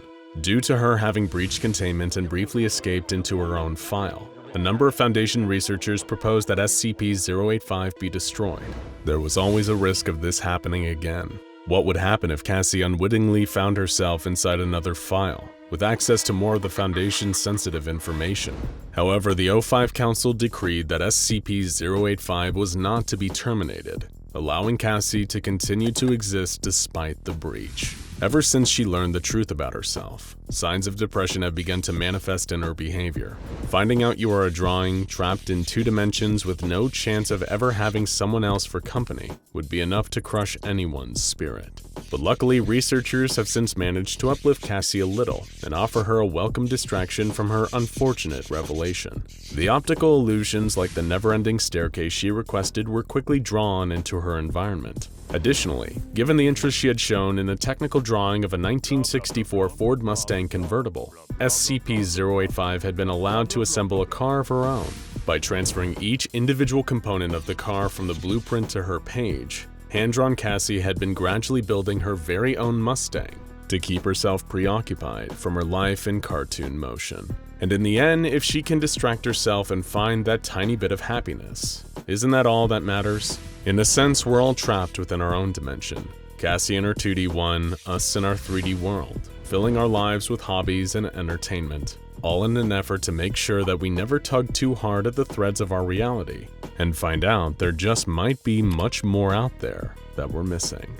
We hope you're ready, folks, because today we're discussing the most dangerous SCP of all time. We know you've probably heard this before, but seriously, this one is the absolute top of the pyramid of fear, or the fear amid, if you will. This SCP makes 682 weep in terror for its life. It makes the old man, SCP-106, consider turning his life around and taking up a career in humanitarian work. It even makes the dreaded Scarlet King himself, the Lord of Chaos, the ultimate despair, quake in his spiky red boots. It's just that utterly terrifying. Just kidding, it's Lego. But we had you going there for a second, didn't we? Though it may not actually be the scariest anomaly of all time. SCP-387 isn't your granddad's Lego set either. Unless your granddad goes by Agent Hardy and works for the SCP Foundation. Hardy is one of the hundreds of thousands of Foundation field agents planted all over the globe, in everything from law enforcement to surveillance. Ever watchful for the kinds of anomalies the SCP Foundation makes it their mission to secure, contain, and protect. But when he discovered SCP-387, he wasn't even technically on duty. He was taking a long train journey home from his parents' house while his car was in the shop. And as anyone who's ever taken a long train journey knows, without proper stimulation, boredom will crop up in no time. He'd been reading a pretty interesting book on his e-reader when tragedy first struck and it ran out of battery. Hardy had forgotten to bring his charging cable, so he was potentially looking at another 3 hours of mind-numbing monotony. That's when he noticed the red plastic tub that had been apparently abandoned in the seat across from him. He realized in that moment that it'd been there the whole time, unsupervised. Given that he was a Foundation field agent and was, as such, extremely curious, he grabbed the tub and took a look inside, hoping to find something that'll quell his growing boredom. Lucky for him, the box was full of Lego bricks, everyone's favorite brand of toy construction block. The tub was brimming with a vast collection of pieces, some of which, like wheels and prisms, Agent Hardy had never seen before, despite spending his childhood obsessively making Lego constructions. But Hardy wasn't one to criticize a gift from the universe. This tub of Lego pieces would be the perfect way to keep himself entertained for the rest of his long journey. He spent the next hour or so meticulously recreating Site-19 in Lego form on the table in front of him. When the building was done, he decided to have some fun and populate the site with a collection of Lego men, standing in for SCP Foundation scientists, containment specialists, and guards. After finding a torso with a lab coat in the box, Agent Hardy decided to make a tiny Dr. Bright to start with. However, as soon as he made the tiny Lego scientist and set it down on his new Site-19 playset, he realized that everything was not as innocently typical as it seemed. The little man instantly began to walk, immediately picking up a tiny Lego clipboard and heading towards the Euclid containment wing. Agent Hardy had discovered a brand new anomaly on his day off while playing with toys on a boring train ride. Philosopher L.P. Jacks was certainly right when he said, "A master in the art of living draws no sharp distinction between his work and his play." Naturally, Agent Hardy immediately took the little Lego man apart, along with his Site-19 simulacrum, and alerted his superiors at the SCP Foundation. His coworkers met him at the next train stop platform. Not long after, the box of seemingly living Lego pieces, redesignated SCP-387, was in the hands of Foundation researcher Dr. Arch. His first priority was finding out what exactly they were all dealing with here, whether there was more of it out there, and whether it was dangerous. Attempts to investigate the origins of SCP-387 were mostly fruitless. Undercover Foundation agents investigated every Lego-producing location they could find, but found no evidence of anything similar to 387 being produced. And of course, as with anything that seemed to be an anomalous toy, all possible links to Dr. Wondertainment were also explored. But again, nothing came up. This was probably for the best. If 387 was a Dr. Wondertainment product, it probably would have built itself into an actual-sized dinosaur and started eating people already. All further investigations into 387's origins were subsequently dropped, with background research turning out to be a dead end. Dr. Arch decided to get down to business doing the fun part, actual experimentation. After gathering all the proper permissions from his superiors, the testing commenced. In Experiment 387-A, Dr. Arch recruited a number of Lego-loving D-classes. After all, even convicted robbers, arsonists, and murderers love Lego, and made them construct a little Lego community inside a testing chamber. This consisted of a small main street with a number of Lego stores, a residential area, and a bar. As soon as the D-classes constructed a variety of little Lego men and released them into the community, they instantly came to life and began performing their roles perfectly. Some took up jobs in the various stores, cafes, and boutiques. Others acted as patrons for the different businesses. The Lego men were even noted as forming rudimentary family units. One man did fall into the river in this Lego city, but otherwise things were going smoothly. Encouraged by these developments, Dr. Arch was ready to begin the true experiment, introducing a complex new variable into the environment of the Lego men, and seeing exactly how they reacted. He had another D-class build a commercial airliner out of normal non-anomalous Lego bricks and place it just to the side of the Lego community. Over the following 3-hour period, Dr. Arch observed the Lego man engaging in some truly remarkable behavior. Upon noticing the plane, the Lego man began to form a plan. They first procured the necessary equipment from the SCP-387 tub and headed over to the plane for a hard day's work. In Lego man time, at least. With remarkable efficiency, the citizens of the Lego community began forming a fully functional airport around the plane, multiple runways, an air traffic control tower, and even a mall and food court within the airport itself. Tiny LEGO attendants tried to sell perfume to uninterested LEGO commuters, and LEGO TSA agents frisked uncomfortable would-be LEGO passengers. Its accuracy to the real-life airport experience was truly brilliant. But they didn't stop there. A tiny LEGO fuel truck sped over to the plane and acted out the process of refueling it. A LEGO pilot and his LEGO co-pilot climbed into the plane, and it took off, literally flying around the room without any kind of logical propulsion system. Dr. Arch was amazed. And even then, they didn't stop.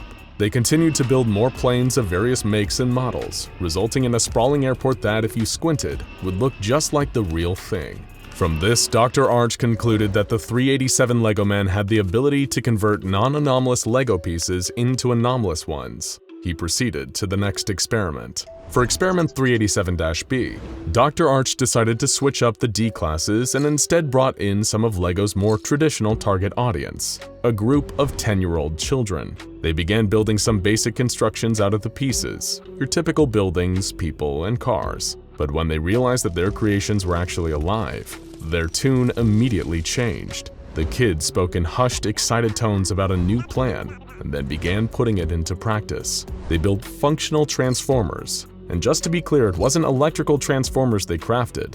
We're talking transformers as in actual Optimus Prime and Megatron, an M1 Abrams tank, and a number of different LEGO weapons of mass destruction. Dr. Arch was mortified, realizing that he'd apparently gathered up a team of budding childhood supervillains and had them removed from the test chamber for amnestic treatment immediately. However, the second the test chamber was vacated, the kids' creations came to life and entered a state of all-out war. It was an intense battle, lasting about an hour and left no LEGO survivors, just a huge mess around the room. While this test was largely an embarrassment for all involved, it did lead to some interesting new data.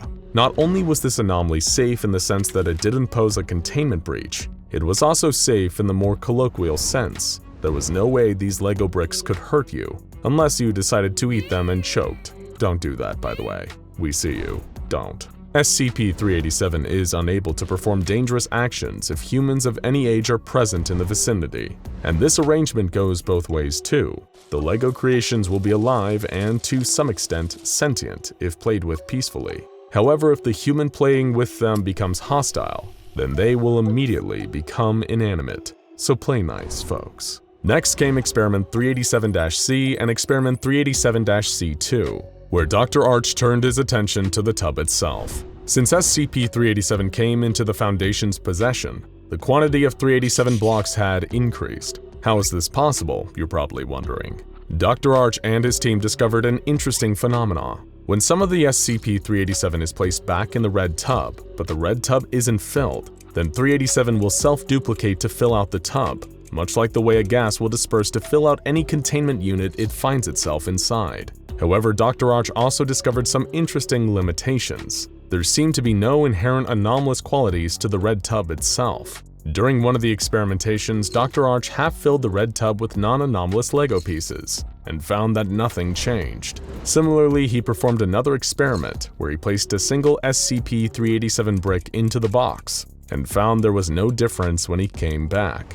Dr. Arch and his associates came to the conclusion that the anomalous properties are confined solely to the bricks themselves, but they have a kind of symbiotic relationship with the red tub, as they don't replicate in any other containment units. In order to activate replication, the 387 must cover the entire bottom layer of the tub. Next came Experiment 387-D, where Dr. Arch hoped to test the specific activation mechanisms of SCP-387. The LEGO creations animated whenever they were assembled by a child or an adult, so it wasn't an age-regulated anomaly.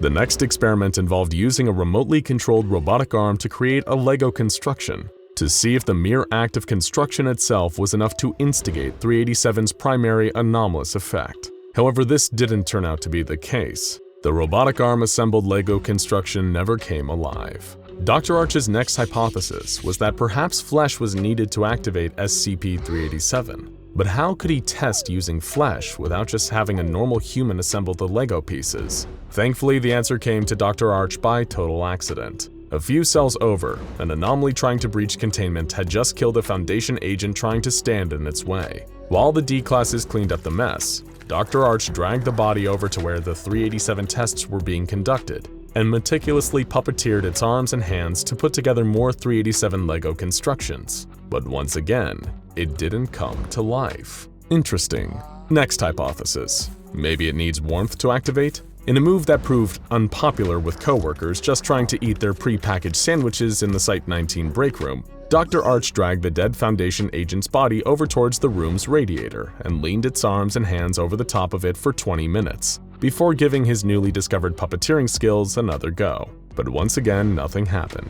Dr. Arch concluded that perhaps human psychic energy, or maybe an active pulse, was what caused 387 to activate. If you're waiting for the horrifying twist, well, aside from the puppeteering of a dead coworker's limbs, we're pleased to tell you that there just isn't one this time. SCP-387 serves no containment breach risk, and no risk of harm to Foundation personnel. In fact, playing with the living LEGO has led to an 87% increase in morale for Foundation staff. So as long as you fill in the proper forms and tidy up afterwards, you're actually allowed to play with the SCP-387 anytime you want. After all, working for the SCP Foundation is a stressful job, and really we're all children at heart. Oh, and there was one more experiment. Experiment 387-E, where a LEGO community was built using SCP-387, and then a pile of Mega Blocks, LEGO's most common imitator, was introduced into the mix. The LEGO men of the community really weren't pleased by this. While the actual details of what happened have thankfully been expunged, the one clue to what may have happened came from a note left by Dr. Arch. That's right, the puppeteer guy. His notes on that experiment were 4 simple words. Oh no, not again!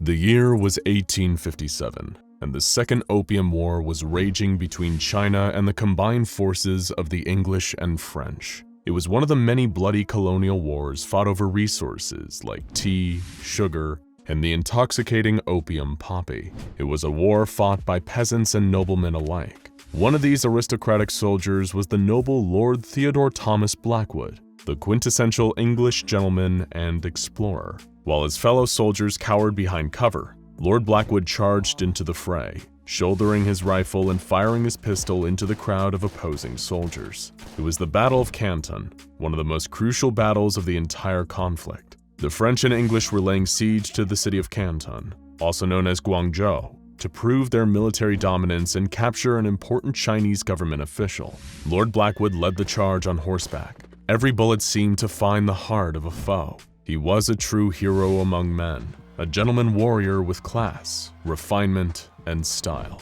And it would be thanks to his expert leadership and marksmanship on the field that the Allied European forces won the battle decisively.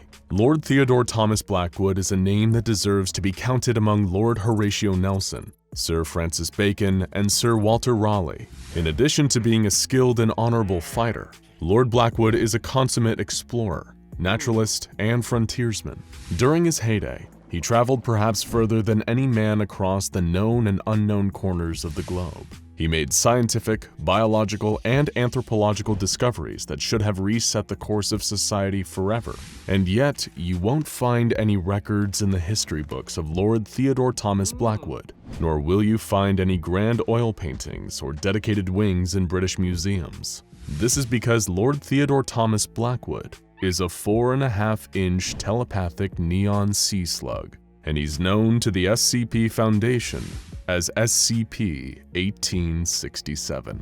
While he would never admit to it, Lord Blackwood belongs to the species Nembrotha kubariana, also known as the variable neon slug. He's kept in a standard aquarium in a Foundation containment site, and is physically no different to any other member of his species. What makes Lord Blackwood unique is his powerful telepathic abilities, specifically, the power to communicate by speaking directly into people's minds. And what's more, he's extremely talkative. But to what extent is anything that this anomalous sea slug says true?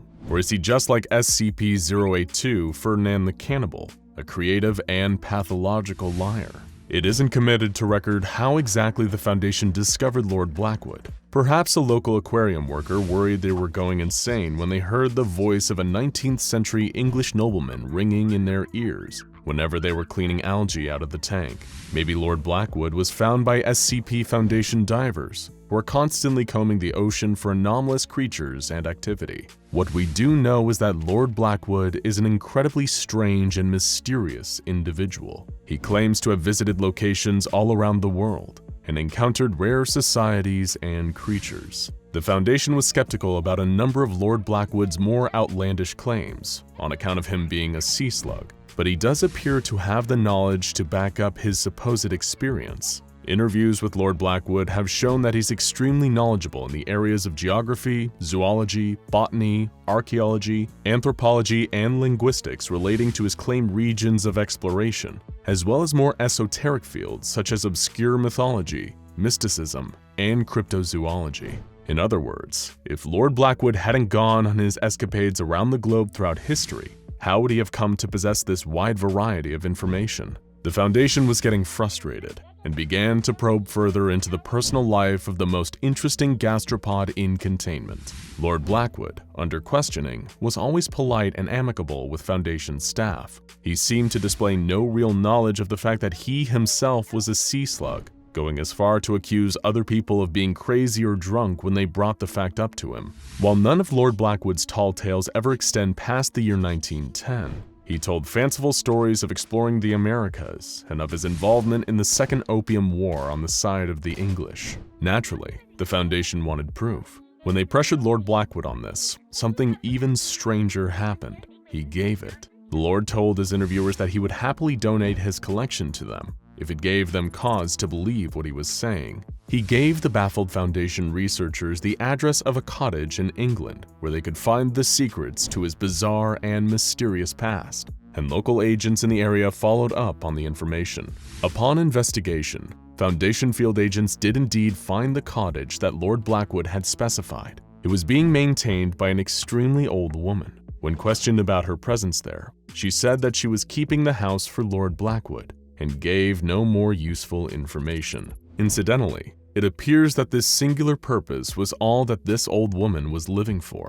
She abruptly passed away from heart failure 5 days after the Foundation commandeered the cottage. Whether anything truly anomalous caused this, we still do not know. At first, the cottage seemed normal, until the field agents discovered a secret basement housing Lord Blackwood's collection. They were amazed at what they saw. The basement consisted of zoological and botanical specimens, over 3,000 artifacts, a library containing over 5,000 items, and a functioning 1800s scientific laboratory. It took about 3 weeks for Foundation agents working round the clock in shifts to remove all the items from Lord Blackwood's mysterious collection, and what they found raised even more questions. The collection included, but was no means limited to, 116 unknown species of plants, 107 unknown species of insects, 28 unknown species of lizards, 23 unknown species of fish, 14 unknown species of amphibians, 12 unknown species of mammals,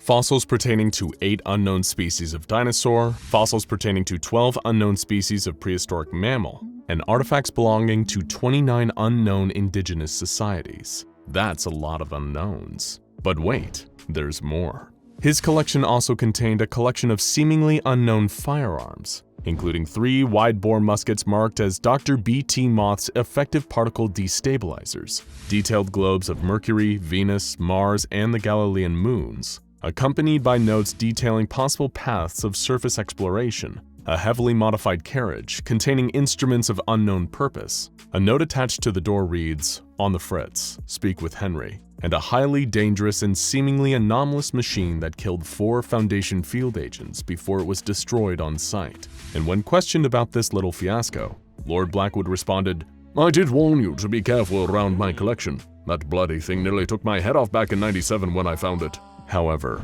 there was one thing recovered from Lord Blackwood's collection that was perhaps more interesting than all the others. 35 handwritten journals containing recordings of events described by Lord Blackwood in his grandiose tall tales to the Foundation researchers. The accounts are generally identical to the stories he had told, save for some slight variations and exaggerations on the part of Blackwood in the retelling. Most interestingly of all of these journals have been dated to the appropriate time period of the events described by Foundation scientists. While his stories are too numerous to all be shared here, there's one that perfectly sums them all up. Lord Blackwood's account of a possible encounter with SCP-1000, also known as Bigfoot, in Seattle during the mid-1800s. Lord Blackwood, seeking to explore the so-called New World of North America, embarked with an assistant and an indigenous American guide to the Pacific Northwest in search of the legendary Sasquatch. The trio was headed for Mount Rainier, then known as Tahoma. During the journey, Lord Blackwood found a young fox caught in a trap that had been set by a local tribe. He took sympathy on the animal and freed it, allowing it to run away to safety. That night, he and his assistant met up with the rest of his guide's tribe, and they settled down for the evening. However, things took a disastrous turn when the camp was raided by a rival tribe. Almost everyone was slaughtered in the process, and Lord Blackwood and his two companions were hauled away by the enemy tribe for a sinister purpose: sacrifice to a violent local deity. As it turns out, the creature that this tribe worshipped was the very same one Lord Blackwood and the others were trying to find, a particularly large and aggressive Sasquatch. Each night, a different sacrifice was made to the Sasquatch. The victim would be placed near a forest clearing while the tribe played a primal song, and the Sasquatch would emerge from the trees to devour its prey. The first night, it ate the assistant. The next night, it ate the guide. And then, it became time for the sacrifice of Lord Blackwood himself. As Blackwood was presented for sacrifice, he accepted his fate. But instead of the Sasquatch, a legion of woodland animals emerged from the trees: foxes, elks, raccoons, and more, themselves painted with tribal symbols. The animals seemed to be on Lord Blackwood's side, and attacked the tribespeople who had been holding him captive, giving Blackwood the chance to flee into the forest during the chaos. Later, these same animals would find Blackwood again and present him with things his captors had stolen from him. An elder fox also gave him a letter, proclaiming him a knight of their people now. He was allowed safe passage back to a nearby settlement, at which point he wrote to his financiers back in England, explaining the situation and asking for more money to perform further expeditions into the Tahoma region. The whole incident had only increased his thirst for adventure and exploration. Whether this tale is actually true, or just a bizarre colonial fantasy from the pathological mind of a telepathic sea slug, we may never know. But it doesn't make it any less interesting. To this day, Lord Blackwood continues to be a perplexing but fascinating anomaly. He may not be the most dangerous, and he may not be the most useful either, but there's no denying that perhaps we'd all like to sit next to his tank for a couple hours one day and hear him spin a good yarn over a warm cup of tea. A panacea is defined as a remedy for all difficulties and diseases. It is a medicine, potion, or other item that can pull a patient back from the brink of death and save someone from even the worst of circumstances. A cure-all. It's a wonderful idea, one that would save countless lives, put a stop to untold needless suffering, and improve the human experience on a permanent global scale. Unfortunately, anyone claiming to have the solution to all problems is likely just trying to sell you something. Unless, of course, that person works at the SCP Foundation. Then they just might be telling you the truth, because they just might be telling you about SCP-500. SCP-500, also known as the Panacea, is completely unassuming in appearance. All it consists of is a single plastic pill bottle filled with exactly 47 red pills. This is all that remains of the world's only known miracle cure. When the pills were first discovered by the Foundation, they were used in a variety of experiments in order to determine the limits, if any, of their curative powers. They tested the pills on everything from diseases like cancer to physical injuries like a broken femur. In each and every case, one pill taken orally cured the test subject of all symptoms within a matter of hours. After determining that SCP-500 could treat natural ailments, the Foundation's scientists decided to apply it to more unnatural ills. 2 pills were authorized for use with SCP-008 to be administered to Class D personnel who had been exposed to it. At the time of this experiment's approval, there were 57 pills in the can. SCP-008 is a complex prion, or a misfolded protein with the ability to change the shape of correctly formed variants of the same protein. Prions are considered to be the cause of mad cow disease, among many other debilitating neurodegenerative diseases. SCP-008 is no exception to the devastation. It takes what is terrifying about other prion diseases, the loss of cognition, the onset of dementia, the certain death, and cranks it up to 11. 20 hours after the onset of symptoms, the infected person will slip into a coma, but that is not the end of their suffering. The nervous system is damaged, and the cells have begun to necrotize, but the infected person is still able to move. They shamble around on 2 legs, they crawl, they grab, and they bite. They seek out stimuli that indicate the presence of a living, uninfected human, and they will attempt to devour it. The only way to stop an infected individual is to completely destroy their brain. Essentially, it is a zombie plague. Understandably, the Foundation has a vested interest in curing and containing SCP-008, and so the promise of the panacea was an enticing one. For the purposes of the experiment, a member of the Class D personnel was randomly selected and exposed to SCP-008. Within 3 hours, he began to exhibit symptoms, running a fever of 105 degrees and coughing and vomiting uncontrollably. Wanting to see if it would be possible to use SCP-500 as a cure even in the latest stages of the disease, the scientists conducting the experiment allowed the symptoms to progress, with the test subject eventually slipping into a coma.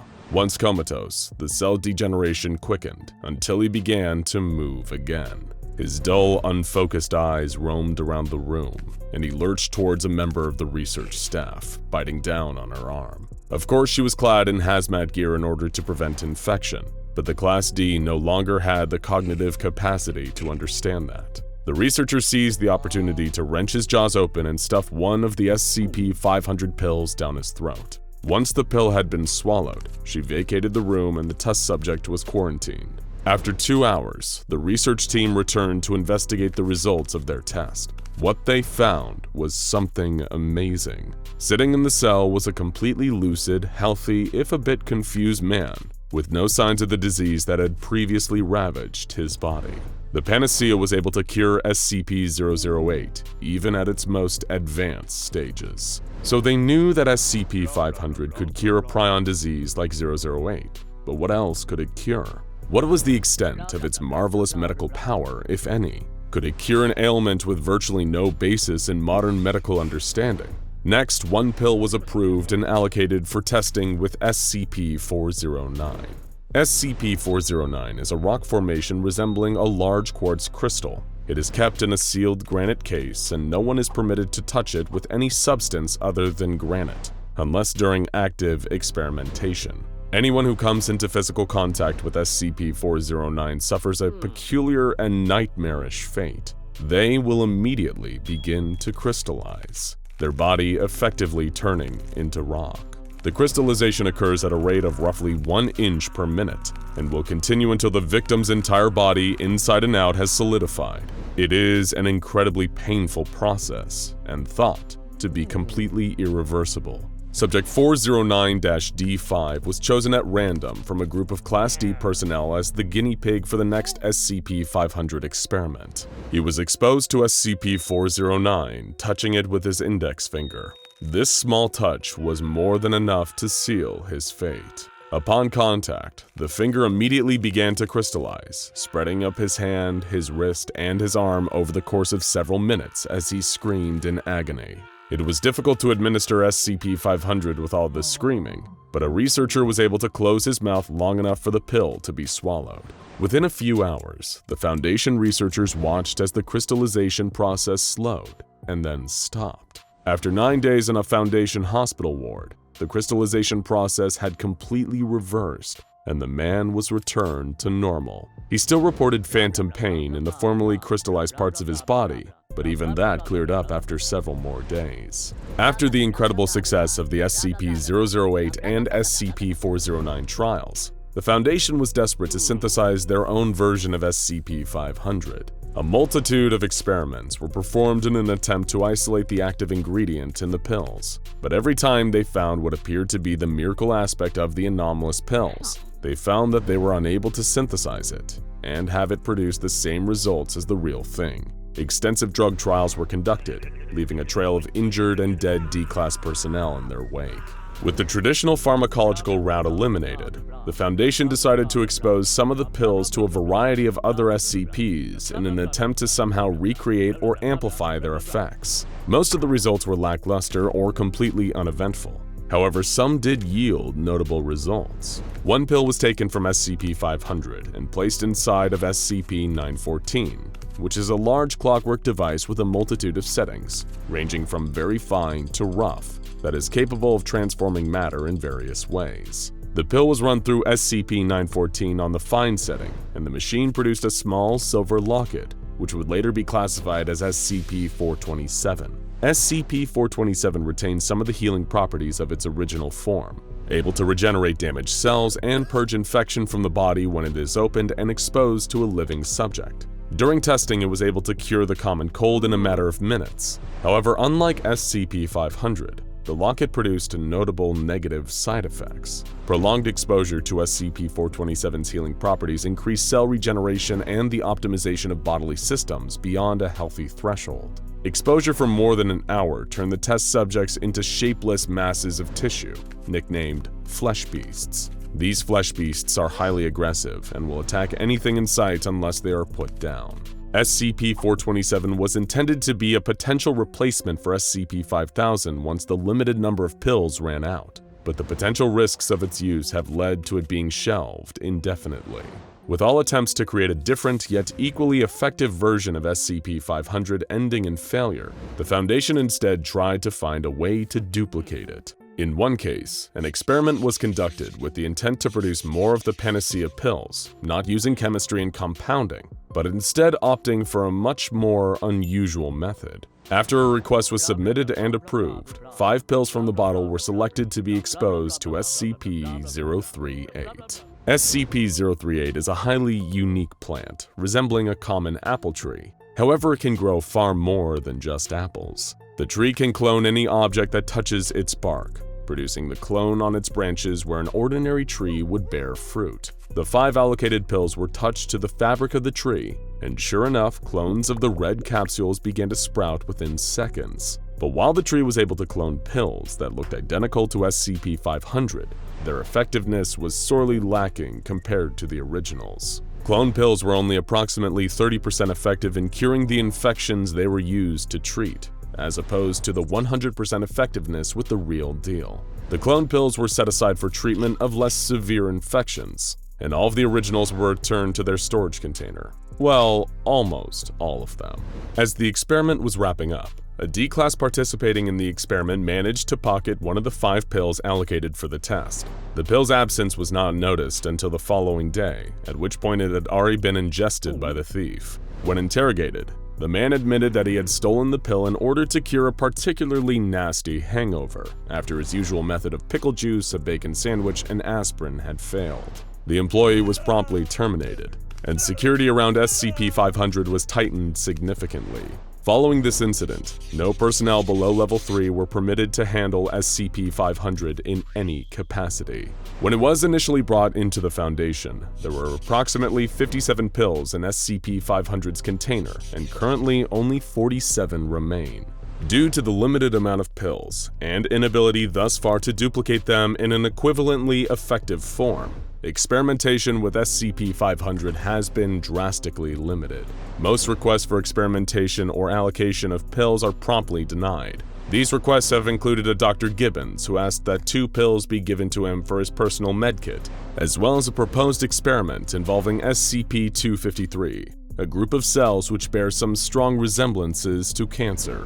Several concerned personnel at the Foundation have worried that SCP-500 may have another anomalous effect, that it may cause obsessive fixation in those who spend a great deal of time with it, leading them to experiment with it again and again, unable to let it go until they crack an unsolvable code. This has been immediately dismissed as trivial and unfounded by the SCP-500 research team. Surely their obsessive work with the pills is their own choice, but perhaps the concerned parties have a point. After all, there are a few things more compelling than a miracle cure, and there is arguably no greater scientific discovery that could be made, no higher mountain than one could climb. And there is nothing more maddening than having that life-saving pill in your grasp and watch the number dwindle down 1 pill at a time like grains of sand slipping between your fingers. With only 47 pills left, and no way to recreate them on the horizon, perhaps the panacea is both a blessing and a curse. A tantalizing glimpse at what humanity could have, but will never truly achieve. But hey, maybe they'll crack the code if they just try one more experiment. And why not try? There'll still be 46 left, and then 45, and then... well, let's just hope they figure it out before they truly are all gone. Ho ho ho! Merry Christmas, Happy Holidays, and Freaky Festivus to you all from your good friends at SCP Explained.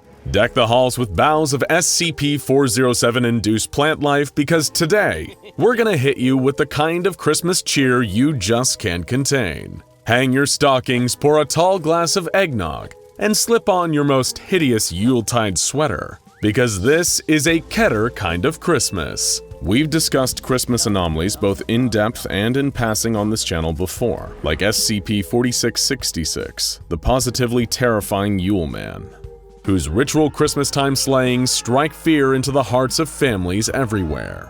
Or SCP-784 Christmas Cheer, a community where it's Christmas every day, and anyone who refuses to show the proper spirit is dragged off and given a forcible re-education in the reason for the season. There's even the pitiful SCP-1933, a fat, sweaty, and perpetually drunk middle-aged man in a Santa suit who has Irish cream for blood. Reminds me of my Uncle Frank. But today we're dealing with something really special. A Christmas variety show hosted by everyone's favorite Anomalous Foundation researcher, SCP-963. Sorry, we mean Dr. Bright. Dr. Bright is getting ready to receive guests for his Christmas party like no other, and the good news is we're all invited. There's going to be stories, songs, comedy, and more cameos than you could shake a Yule log at. So get comfortable, it's gonna be a fun one. But first, a quick message from this episode's sponsors.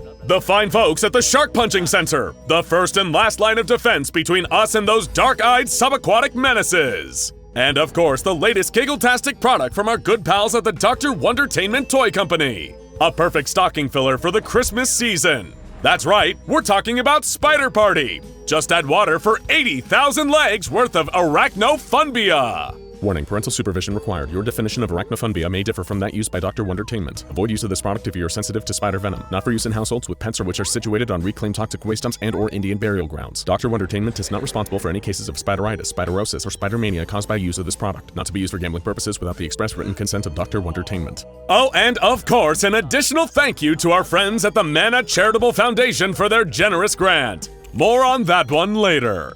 While Dr. Bright prepared for guests, SCP-1845, a collection of freakishly intelligent animals including a raccoon, a crow, a baby pig, a chicken, and a fox by the name of King Eugenio, prepared a dress rehearsal for a nativity scene. Conflict erupted when the chicken kept flubbing her lines, and the other cast members found it strange that King Eugenio insisted on playing the baby Jesus himself. By all accounts, he was kind of a nightmare to work with thanks to his massive ego. The situation worsened when SCP-329-J, a floating yield sign that believes it's a ghost, turned up claiming to be the ghost of Christmas past and started bothering King Eugenio. If you think this is weird, you're going to have real trouble with the rest of this, so we recommend sitting back, putting your feet up, and just rolling with it, cause it's only gonna get stranger from here. Anyway, back to the living room of Dr. Jack Bright, who was singing a special SCP Foundation parody of the Christmas carol God Rest Ye Merry Gentlemen, when the first set of guests arrive. It was Dr. Charles Ogden Gears, a famously humorless Foundation senior researcher, dressed in his own adorably gaudy Christmas attire. But he wasn't alone. He'd brought special musical guests, Captain and Tenniel, the classic 1970s duo responsible for hits such as Love Will Keep Us Together and Muskrat Love. They'd actually attended gigs like this before, but thanks to the beauty of Class A amnestics, it was all new to them. Let's ignore the murky ethical implications of that and keep on trucking. Next, this Christmas extravaganza careened into another anomalous skit, this one featuring SCP-1192, a little boy named Timmy who was somehow transformed into a bird, and Count Rockula, a badass heavy metal aficionado summoned by SCP-1987-J's anomalously sick chord progression. Timmy was naturally a little upset about being trapped as a bird, and thus he was unable to spend Christmas with his family. Count Rockula, being the Lord of Ultimate Rockness, refused to let the poor bird boy suffer. In order to cheer him up, he grabbed his guitar and launched into a spirited rock and roll Christmas carol, with much racier lyrics than you'd probably expect from a wholesome Christmas tune. The Count was left feeling a little nervous afterwards when Timmy started asking him what a camel toe was. The sooner we get away from this little disaster of a segment, the better. Back to Dr. Bright's living room once more. The good anomalous doctor had just finished telling a hilarious anecdote to Dr. Gears and 1970s music powerhouse Captain Intennial, when Dr. Gears took the opportunity to break some bad news. A certain very rowdy former party guest had found out about this year's meetup, and he would likely be joining any minute now, much to Bright's dismay. As if on cue, the door burst open, and there stood SCP-076-2, also known as Abel, the immortal swordsman wearing an ugly Christmas sweater and a Santa hat yelling, "Did somebody say party?" Dr. Bright was mortified. At last year's party, Abel had gotten tanked on hard eggnog and embarrassed them all in front of country music legend Willie Nelson with his antics. Specifically, he'd stolen a local sleigh and used it to run over Bright's grandmother. Hilarious. However, Abel insisted that this time around he'd be well behaved. Only time would tell if that prediction held any water. He began to sing a personalized parody of "Away in a Manger" in a grating falsetto voice as an act of penance. Let's get away from those goofballs again and hop over to another ace comedic duo, Lord Blackwood and Wellington G. Wonderhorse. Blackwood, also known as SCP-1867, is a telepathic sea slug who believes he was once a gallivanting British noble and explorer. And Wellington, also known as SCP-1156, is a talking horse with a thick Cockney accent and a dapper woolen scarf and top hat. This pair of talking creatures wish the audience a very Merry Christmas before engaging in conversation. However, this didn't get very far, as Lord Blackwood couldn't understand Wellington's thick Cockney accent. When Lord Blackwood got too frustrated to go on, he called Wellington a horse's ass. Everybody laughs, roll on snare drums, curtains. Now then, back to Dr. Bright's increasingly chaotic Christmas house party. Abel was already getting a little sloshed and telling wild jokes when another guest appeared at the door. When Dr. Bright answered, he saw Dr. Wrights, a female fellow researcher standing there in a full-body trench coat. She expressed a desire to meet Dr. Bright under the mistletoe, to which he replied, "Wrights, I didn't put up any mistletoe this year." But Wrights, obviously in the Christmas spirit with a smile on her face and with no concern for the lack of mistletoe at the party, disrobed from her trench coat. Donned in her hand-knitted wool Christmas two-piece, she began to dance towards Dr. Bright while singing a parody of the saucy Christmas hit, Santa, Baby. Okay, let's cut to another word from one of our sponsors, the wonderful folks at the Mana Charitable Foundation, the world's leading anomalous charity group. In this sponsorship break, Mana Charitable Foundation representative Sally Struthers placed a small mechanical contraption on the table and said, "This is the Christmas Miracle Maker. Thanks to state-of-the-art terraforming technology, this durable and easy-to-use device, once activated, will induce rapid and aggressive climate change in order to transform its surrounding environment into a perfect snowy winter's day, just in time for a white Christmas. The seed banks and genetic samples contained within it will ensure that majestic evergreens, just right for decorating, and reindeer perfect for pulling a one-horse open sleigh, will replace all the local flora and fauna. And it can even whip up a Christmas dinner with all the trimmings for those souls in need. Every one of your donations puts us one step closer to our goal of manufacturing and airdropping 15,000 of these units across Africa in time for Christmas Eve. So please call in your pledge or write a check today and let them know it's Christmas time again." Thank you, Sally. Let's get back to Dr. Bright's party. Now things are looking a little more safe for work, if only slightly at least. Decorated Russian Mobile Task Force operative Agent Strelnikov had joined the party and was naturally beginning to make multiple jokes about how much he hates Chechens, much to the discomfort of everyone else in attendance. The other party guests tried to make him discuss literally anything else, but he refused, repeatedly circling back to telling stories about Chechens. He only broke from his diatribe to give a rendition of the formerly popular Trollolo meme song, which he insisted was a traditional Russian song of homecoming. Back to King Eugenio the Fox, who'd been going through a parallel Christmas Carol narrative this whole time during Dr. Bright's story. The talking yield sign was his spirit of Christmas past, and while we sadly missed his spirit of Christmas present, as we join him before his own gravestone, we can see that his spirit of Christmas yet to come was SCP-173, the sculpture. As the sculpture pointed towards King Eugenio's grave in judgmental silence, Eugenio came to terms with what a jerk he'd been. When he was freed from this horrible fantasy, he realized that he needed to change his ways, and thankfully there was still time. Back to Dr. Bright's Christmas party, which was in full swing. However, Captain Intennial, who had been in charge of cooking the Christmas goose, had made a terrible mistake. They were told to run it through SCP-914 on the fine setting, which would create a wonderful goose roast. But instead they ran it through the very fine mode, turning it into a collection of live goslings. However, in their greatest hour of need, a hero rose. Dr. Clef appeared at the door, dressed as Santa Claus, with enough delicious clam chowder for everyone.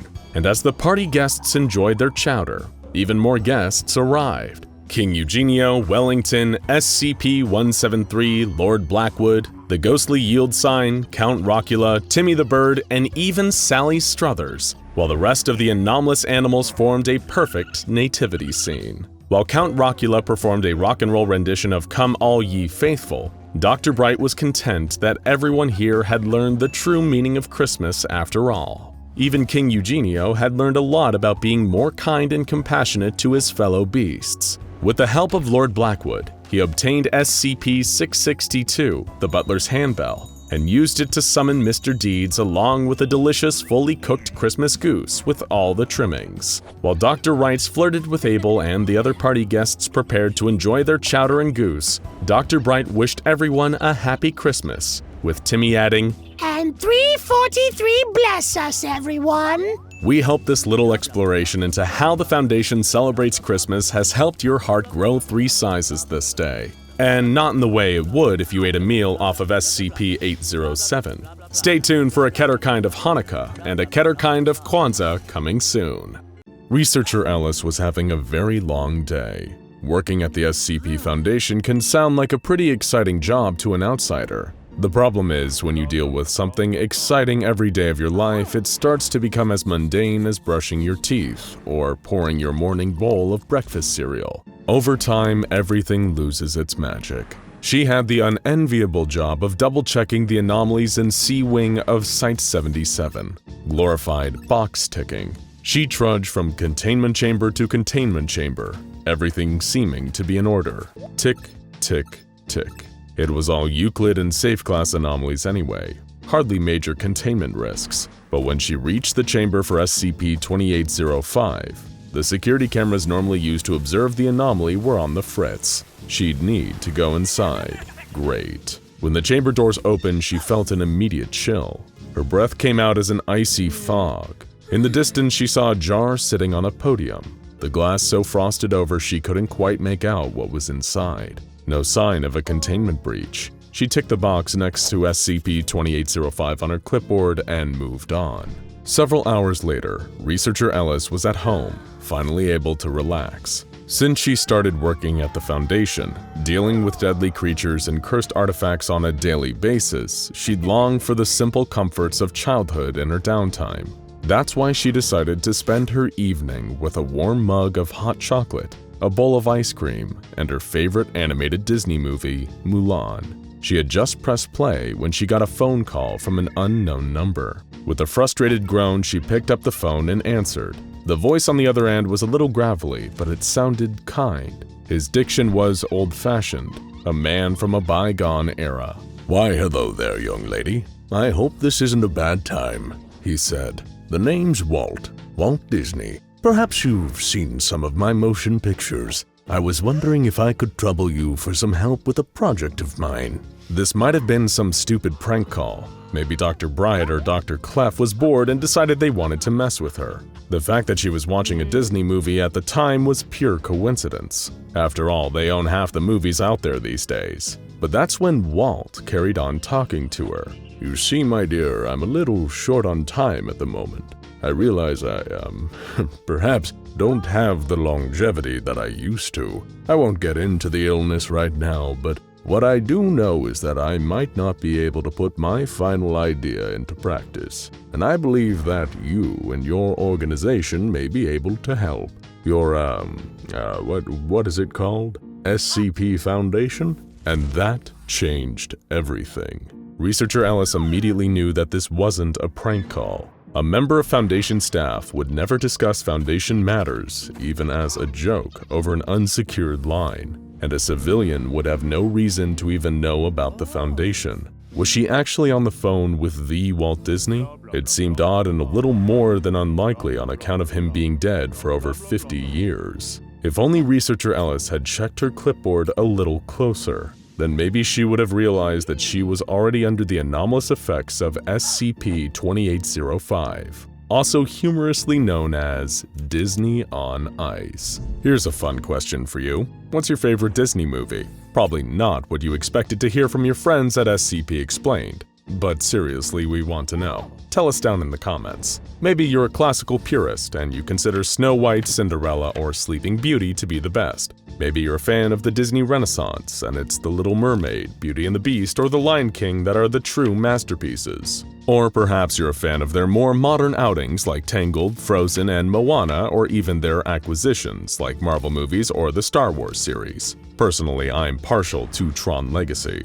We could go on, but honestly, we'd be here all day. The Walt Disney Company, started by Walter Elias Disney and his brother Roy back in 1923, has become one of the most powerful and influential entertainment companies in existence. Their corporate machine is so huge and sprawling, it rivals the size and scope of the SCP Foundation itself, and it's influenced the way we look at everything from mice to pirates to Norse legends to space battles. Some give the United States President the title Leader of the Free World, but anyone in that position would happily drop everything to take a phone call from the CEO of the Walt Disney Company, even today. The company may be a global superpower these days, but none of it would have been possible without Walt himself. Born in 1901, Walt started his legendary company at the tender age of 22. Who would have known that he would leave such an indelible mark on human culture during his 65 years of life? But he's not just an entrepreneur, animator, writer, voice actor, and film producer. He's also, decades after his death, an anomaly currently in the capable hands of the SCP Foundation. Well, his cryogenically frozen severed head is, anyway. And simply looking at that severed head is what puts such an anomalous damper on Researcher Ellis's nice, quiet evening. Confused? Don't worry. Let's start this demented Disney fairy tale at the beginning, by which we mean the end of Walt Disney's life. Walt Disney accomplished more in his life than many of us would be able to claim in several lifetimes. He'd built one of the most enduring entertainment companies of all time, won countless awards, and made millions of dollars from his creations, including the Disneyland theme parks. The man had essentially made his own name synonymous with magic, childhood whimsy, and dreams coming true. However, rather than focusing on the past, Walt wanted to keep his eyes on the future. His grand vision went far beyond movies and theme parks. He wanted to shape the way humanity lived for centuries to come. And the name of this vision? Epcot, or the Experimental Prototype Community of Tomorrow. While you may know Epcot as a mere portion of the theme park in the Florida Walt Disney Resort, Walt himself actually intended it to be so much more. As the full name suggests, he dreamed of creating a functional community of tomorrow with over 20,000 residents. In his own words, Epcot will take its cue from the new ideas and new technologies that are now emerging from the creative centers of American industry. It will be a community of tomorrow that will never be completed, but will always be introducing and testing and demonstrating new materials and new systems. And Epcot will always be a showcase to the world of the ingenuity and imagination of American free enterprise. It was certainly a utopian idea,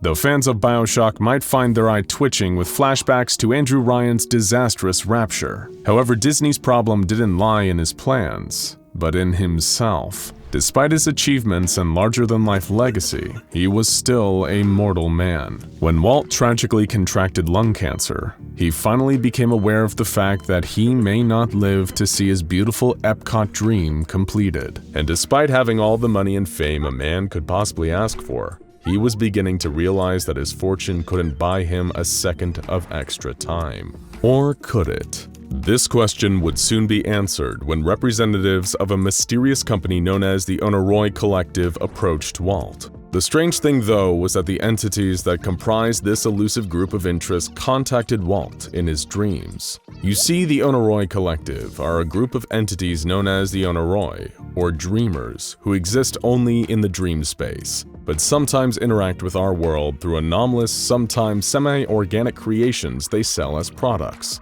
In that sense, they were the original Imagineers. Their creations include SCP-2028, a few hundred snow globes that allow the user to remove and store their nightmares and negative feelings within, and SCP-1498, which are creatures made from old-fashioned rotary phones trailing a huge number of wires, coiled and arranged into sheep-like bodies. By calling the phone on the creature's face, a person can order a custom dreamscape from the Onoroi. Naturally, as creatures who depend on dreams to survive, the Onoroi were big fans of Walt Disney, a man who built a career of encouraging children to dream their little hearts out. In exchange for his contributions to the dreamscape, they'd cut him a deal. They'd give him a special kind of Onoroi technology that would allow his consciousness to continue to exist and interact with the physical realm after his death. All they'd need to keep was his head. It was certainly a strange deal, but Walt was thinking of his children, his grandchildren, and their children and grandchildren. If he died now, then his Tomorrowland dreams would die with him. He'd simply be known for some charming animated films and a couple of amusing theme parks, not for truly changing the future. It seemed that the deal with the Onoroi Collective was too good to resist. The deal was struck, and arrangements were made to preserve Disney's head and consciousness after his death. 10 days after his 65th birthday, on December 15, 1966, Walt Disney passed away. But that was only the beginning of his new anomalous life. While the public mourned, Disney's head was secretly removed and preserved in a jar with anomalous cryonics technology. The device is also fixed to a pair of rotary phones, a trademark of the Onoroi, and an inscription that reads, "Siberian Solutions from the Onoroi Collective." The anomalous effect was simple. Anyone who looked directly at Disney's frozen head would receive a phone call in the next 24 hours. This phone call would be from Walt Disney himself, presumably inhabiting the Onoroi dreamscape now. With this handy trick, he'd be able to maintain his communications with the rest of the Walt Disney Company in secret and see the creation of his precious Epcot project to its completion. But unfortunately, that's not actually how it happened. Following Walt's death, his brother Roy took over all Walt Disney Company operations. While the profitability of the company didn't suffer under Roy's control, Walt's final dream did. Epcot mutated from the sustainable, functional community of the future that Walt desired into a mere theme park, the Disney-fied World's Fair that all Orlando Disney Park visitors of today would recognize. As it turned out, most people in the Disney Company weren't actually eager to take orders from the former CEO's severed head. As a result, he became kind of a dark company secret, hidden away within the Disney parks. After a number of reports of calls from Walt Disney after the entrepreneur's death, the Foundation finally started to take notice. They conducted a thorough investigation of the various Disney bases of operation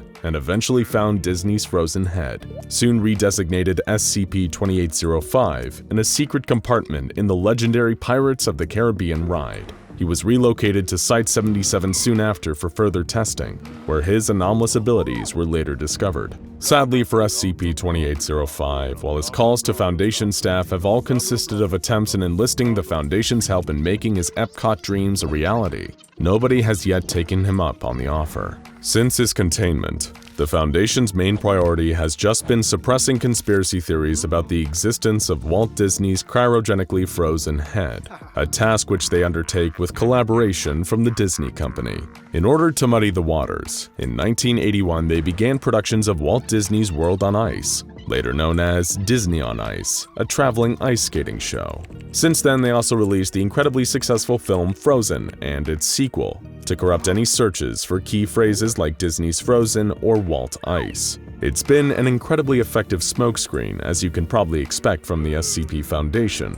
And sadly for Walt and fans of a mid-century perspective on the future, it's likely that Walt Disney's dreams will stay within his disembodied head. So if you're hoping to prove the existence of this truly wild anomaly, or somehow get in contact with Walt and help him bring Epcot to its intended glory, you should probably just let it go.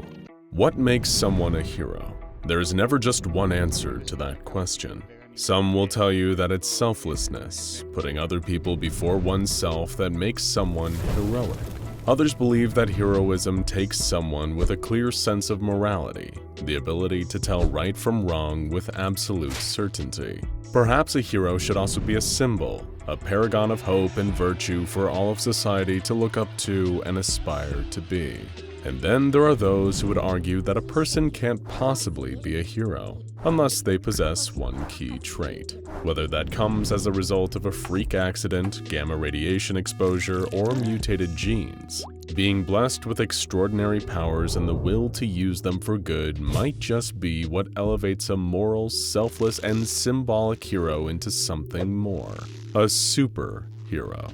It is rare that the SCP Foundation encounters an anomalous creature or entity that it considers to be harmless. There are, of course, exceptions, but perhaps even more of a rarity is an SCP that seeks to go out of its way and use its anomalous abilities to do good. So many of the creatures and entities kept contained by the Foundation have malicious intent, like damage-regenerating reptiles with contempt for humanity, and eldritch beings with desires to take over this dimension.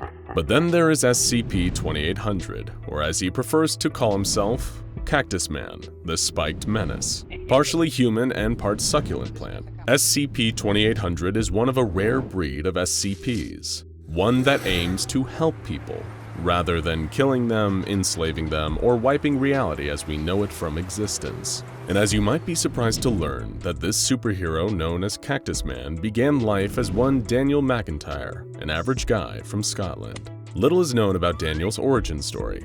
All superheroes have one, of course, but as far as Foundation researchers are aware, Cactus Man wasn't jettisoned in a pod from his dying homeworld to the safety of Earth. It is also safe to assume he didn't get pricked by a radioactive cactus or have his DNA infused with a plant during a genetic experiment. He was first encountered by the SCP Foundation whilst they were trying to contain another SCP, a reality-warping object that had somehow breached containment. What Foundation staff tracking the object witnessed was Cactus Man attempting to assault the escaped SCP, to little success. Following this encounter, Foundation personnel convinced Cactus Man to allow them to contain him.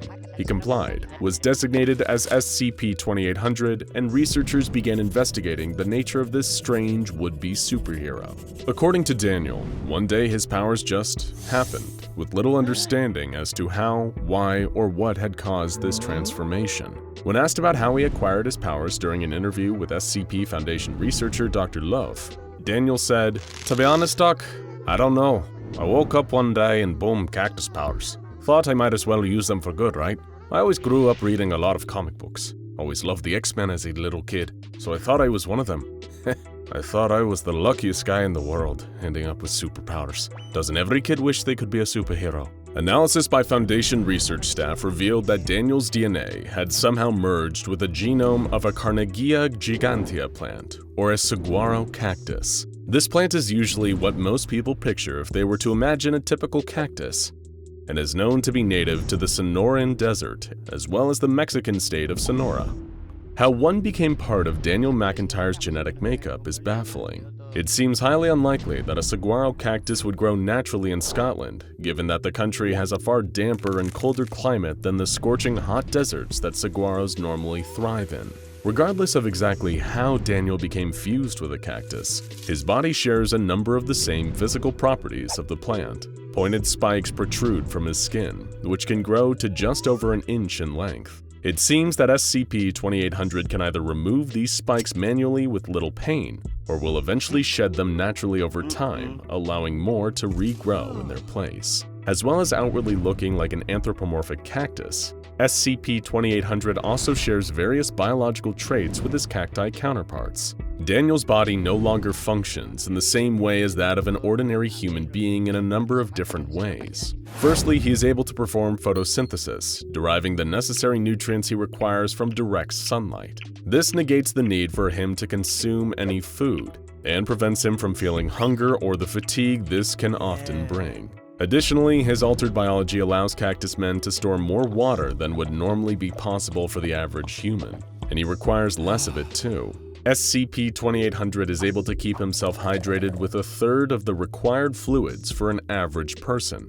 Daniel can also adapt to more arid environments, with drier climates and above average levels of heat having little impact on his abilities. Speaking of abilities, SCP-2800 is not just a man with the physical and biological traits of a saguaro cactus. He also has superpowers that seem, well, let's say, inspired by a cactus. While perhaps not as flashy as being faster than a speeding bullet, more powerful than a locomotive, or able to leap tall buildings in a single bound, Cactus Man does possess his own unique set of superhuman abilities. Derived, like his other traits, from his part saguaro DNA, SCP-2800 has the power to empathetically communicate with other plant life. Unlike telepathy and the ability to communicate solely through thoughts, empaths like Cactus Men are able to influence or interpret the emotions or moods of others. So similar, but a little more subtle in its effectiveness. Cactus Man might have superhuman powers, altered DNA, and a mysterious origin,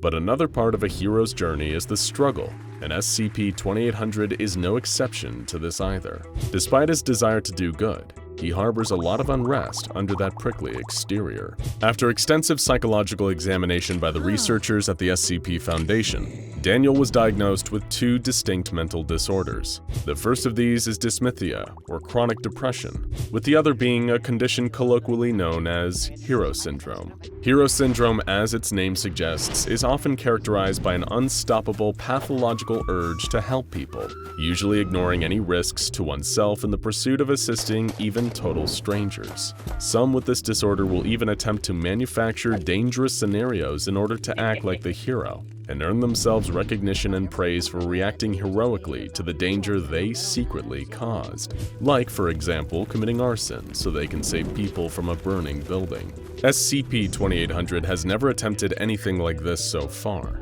but Cactus Man does express an extreme willingness to help people, and try to intervene in any situation that he thinks he can assist with. The problem is, SCP-2800 is hardly an experienced crime fighter, and this has put him on the receiving end of his fair share of injuries. During his first outing as Cactus Man, the Spiked Menace, Daniel encountered a group engaging in the sale of illicit substances and attempted to apprehend them. While he was able to deal a cactus spine-filled blow to one of their faces, the group quickly overpowered Cactus Man and beat him until local law enforcement arrived to save him. Determined to prove himself a hero though, Daniel returned to patrolling the streets soon after, but met with the same results. Even weak, petty criminals seemed like they were too much for Cactus Man to handle.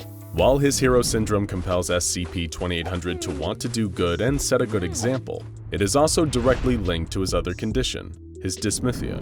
By attempting and failing to be heroic, Cactus Man becomes chronically depressed, yet still has the urges brought on by his hero syndrome to put himself in harm's way for the sake of others. And when he is unable to provide help, Daniel falls back into depression. It's a very difficult cycle. In the hopes of counteracting some of Daniel's struggles, the SCP Foundation have gifted him a pair of potted cacti. These occupy SCP-2800's cell with him, both oxygenating his room as well as boosting his morale. Although he has remarked that the cacti don't say much to him beyond, "I'm thirsty" and "I am a cactus." Daniel has affectionately named his potted plants. They're now known as Cactilad and Spiky Girl, his sidekicks in the never-ending battle against evil.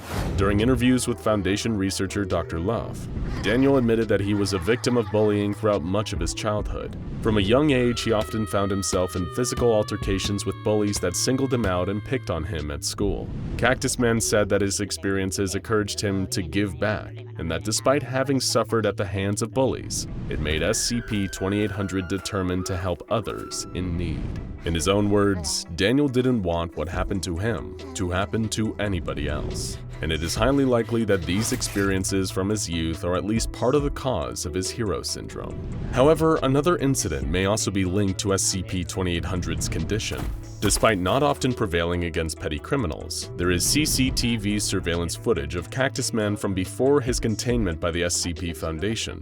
The footage in question was taken at a subway close to where Daniel patrolled and looked for criminals to apprehend. In the surveillance tape, a woman and her child can be seen waiting at the subway station near a support pillar. From behind the pillar, an assailant in a mask appeared, wielding what looked to be a knife. The woman, cowering and trying to protect her child, was made to open her purse as the attacker threatened her with his knife. But then Cactus Man appeared behind the man. He walked up to him and punched him in his lower back and chest. A number of SCP-2800 sharp cacti spines ended up lodged in the man's skin, causing him to drop the knife in pain. During the ensuing scuffle, SCP-2800 was able to tie the man up, thus saving the woman and her child. The woman then thanked Cactus Man, shaking his hand and embracing him. Her child also expressed gratitude, with SCP-2800 kneeling down to face them and appearing to get emotional at receiving recognition. After signing an autograph for the child, Cactus Man then disappeared from the scene before police arrived. Cacti have the tenacity to grow in barren desert environments, surviving on very little water. It is for that reason that to some, these plants have come to symbolize strength, resilience, and endurance. This one encounter captured in this surveillance footage may well have been one of the few times Cactus Man ever succeeded at being heroic, but perhaps it is all he needed to encourage him to keep trying, to seek out wrongdoings time and time again, even if it led to him being injured. Maybe knowing that just once he had succeeded in saving a woman and her child was enough to convince him that he would one day be able to do so again. And maybe that is what makes someone a true hero, the power to endure. The year was 1975. It was a warm June evening in South Carolina, and 14-year-old Jason White was ready to prove his mettle. Like a lot of boys his age, it mattered a great deal to him that his peers saw him as strong, tough, and most importantly of all, brave. That's why he was camped out, alone, just outside of the junkyard as the sky went dark above him. He had heard rumors about the things that went on inside the junkyard. Scary things, unnatural things. But Jason wasn't about to let those stories scare him. He knew for a fact that the junkyard had been abandoned for months, if not longer. Nobody was in there. He'd be fine, or at least that's what he kept telling himself. With the moon high up in the sky, Jason crept into the junkyard, using a flashlight's beam to light his way. Behind the towers of busted-down cars and scrap metal, he heard a distant but loud grinding noise. Was it coming from one of the warehouses? No, that's impossible, he thought, just his mind playing tricks on him. But curiosity compelled him to get closer. Jason approached the warehouse and saw that the big iron door was still ajar. His heart was in his throat as he peered into the building and saw the impossible. It was a man. No, a machine, cobbled together from pipes, wires, and aluminum. It was using a power saw to cut apart metal on a workbench. But it wasn't just one robot. There was movement all around it, jerking and twitching in the shadows. As his flashlight beam passed over them, Jason saw the moving, living bodies of a menagerie of metal creatures. He screamed in shock, and the robotic denizens of the warehouse all turned and looked at him. Jason had never felt more afraid in his life, until the humanoid robots still carrying the power saw turned and began walking towards him. It was waving his free hand around wildly in what Jason perceived as some kind of threat. Letting out another animal screech, Jason turned and ran all the way out of the junkyard until the sounds of clanking metal faded out behind him. Jason was scarred for life, and in that moment, he vowed never to return to his local junkyard ever again. And this was a wise choice, because not long after that, a very different group would be commandeering the junkyard. And as fans of this channel will know, they don't take kindly to intruders. If you've ever been on a long road trip through a rural part of the United States, you've most likely seen a few quirky signs and wacky-looking businesses along the way. Whether it's a diner with a dinosaur protruding out of the front, a gas station shaped like a UFO, or a particularly weird mural. Businesses in the small towns lining the freeways often have to get creative when it comes to attracting patrons. Locations like this saw their heyday in the 1950s and 1960s. But as the cost of gasoline skyrocketed in the 70s, and technological advances in aviation made flights more accessible as a form of travel, less and less people were making long cross-country drives on a regular basis. This caused an economic downturn in many small towns, and led to a large number of quirky and unique roadside locations being abandoned by their owners. Some have been torn down or remodeled, but others remain as they were, hanging on as tourist destinations and serving as reminders of a bygone era.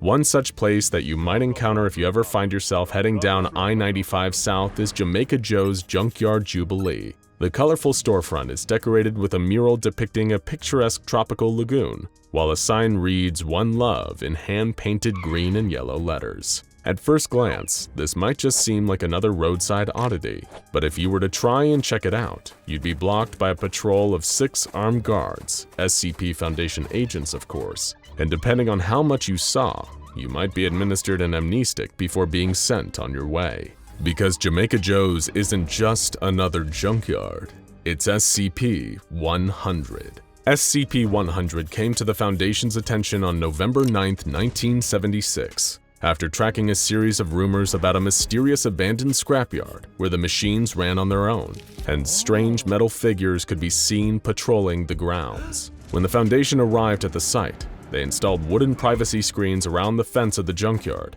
replaced the storefront windows with one-way glass, and redirected the highway through a nearby town to keep civilian traffic from getting too close. Jamaican Joe's Junkyard Jubilee is 5,000 square meters of fenced-off land located in rural South Carolina. As the name suggests, it's a junkyard made up of 2 warehouses, a storefront, a small residential building, and a storage space containing roughly 1,500 vehicles of varying makes and models, some of which have been compressed into cubes. There is also a variety of other metal scrap on the site, altogether valued to be worth about $5,000, pocket change to an organization like the SCP Foundation. Just like many other cases where the anomaly cannot be relocated to a pre-established Foundation containment site for research, the SCP Foundation instead brought the research to the anomaly. The larger of the 2 warehouses on site is now the de facto research center for all matters involving SCP-100, as well as a temporary residence for on-site staff.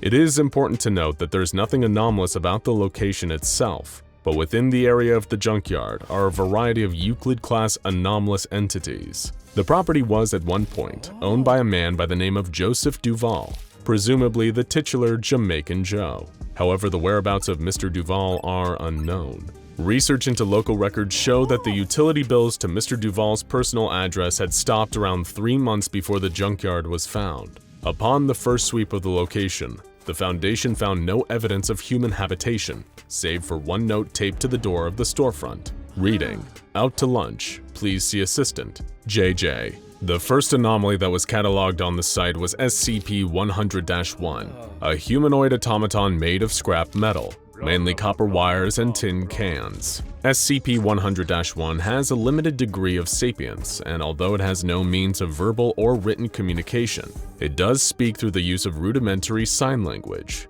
It seems uninterested in conversation though, unless the topic has to do with the sale of scrap metal. The information the Foundation has been able to learn from SCP-100-1 has been limited, but the fact it appears to be mostly work and very little play is incredibly clear. What it lacks in conversational skills, it makes up for in craftsmanship. SCP-100-1 has been shown to be very adept at using an arc welder, drill, power saw, and other machinery found around the junkyard. Through its metalworking skills, it is able to create more beings like itself from the scrap that surrounds it. When given the chance, SCP-100-1 usually creates automatons that resemble one of 4 animal species: flamingo, crocodile, turtle, or iguana. However, it's also able to create metal copies of other creatures, from bugs to domestic pet breeds like cats and dogs. While the Foundation usually destroys the new constructs created by SCP-100-1, It has been allowed to keep 2 in order to keep it placid and preserve a cordial working relationship with the Foundation operatives on site.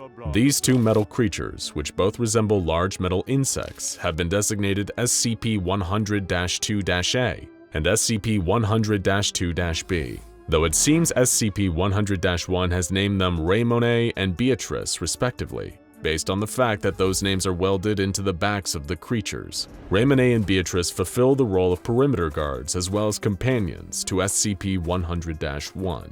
SCP-100-1 and its pets are peaceful in nature, and in fact if they ever breach the perimeter of the junkyard, they lose all autonomy, seeming to shut down until they are brought back within the perimeter. As such, containment breaches are nearly all to come from outsiders trying to infiltrate the building rather than any of the anomalies escaping.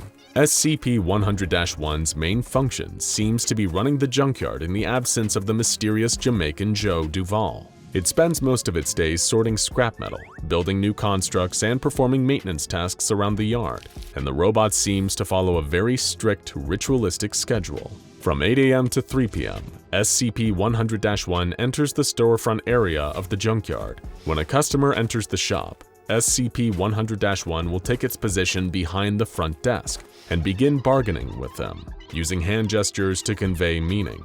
SCP-100-1 possesses the ability to perform the basic mental arithmetic required to keep track of sales, despite seemingly being unable to read. When SCP-100-1 has been observed making sales to customers, the Foundation has found that the robot can be very underhanded and unfair when it comes to running its business, like a kind of metallic Mr. Krabs. Frequently, it has been seen intentionally selecting low-quality scrap or using scales that it knows are faulty in order to scam customers. It also sells the animal automatons that it creates, knowing full well that they will stop working as soon as they're taken out of the junkyard. In cases where customers have rightfully come back to demand refunds, SCP-100-1 invariably responds by gesturing to a sign on the wall which reads, "No refunds, Mom," written in a phonetic Jamaican accent. After clocking out for the day, at 3 PM, SCP-100-1 spends an hour maintaining and socializing with Raymone and Beatrice,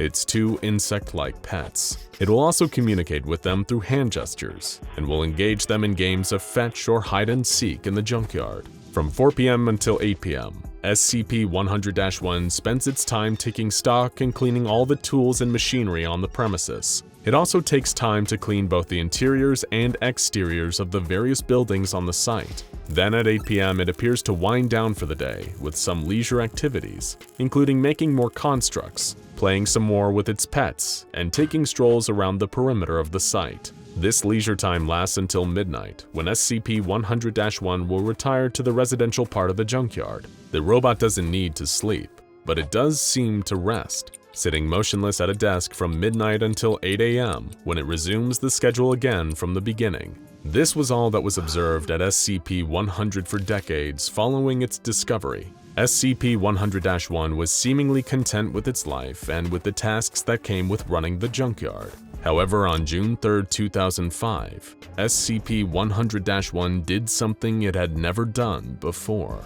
As mentioned, SCP-100-1 had only been seen using its skills to create autonomous animals from scrap metal, but on June 3rd, it chose to create something else, another humanoid. The automaton was only 10 centimeters tall, but SCP-100-1 took great care in crafting it, much more so than any of its creations. It gave the small figure distinct facial features, and made the whole thing from high-quality stainless steel. When SCP-100-1 was finished with its creation, it welded the letters JJ onto the back and took it into the storefront.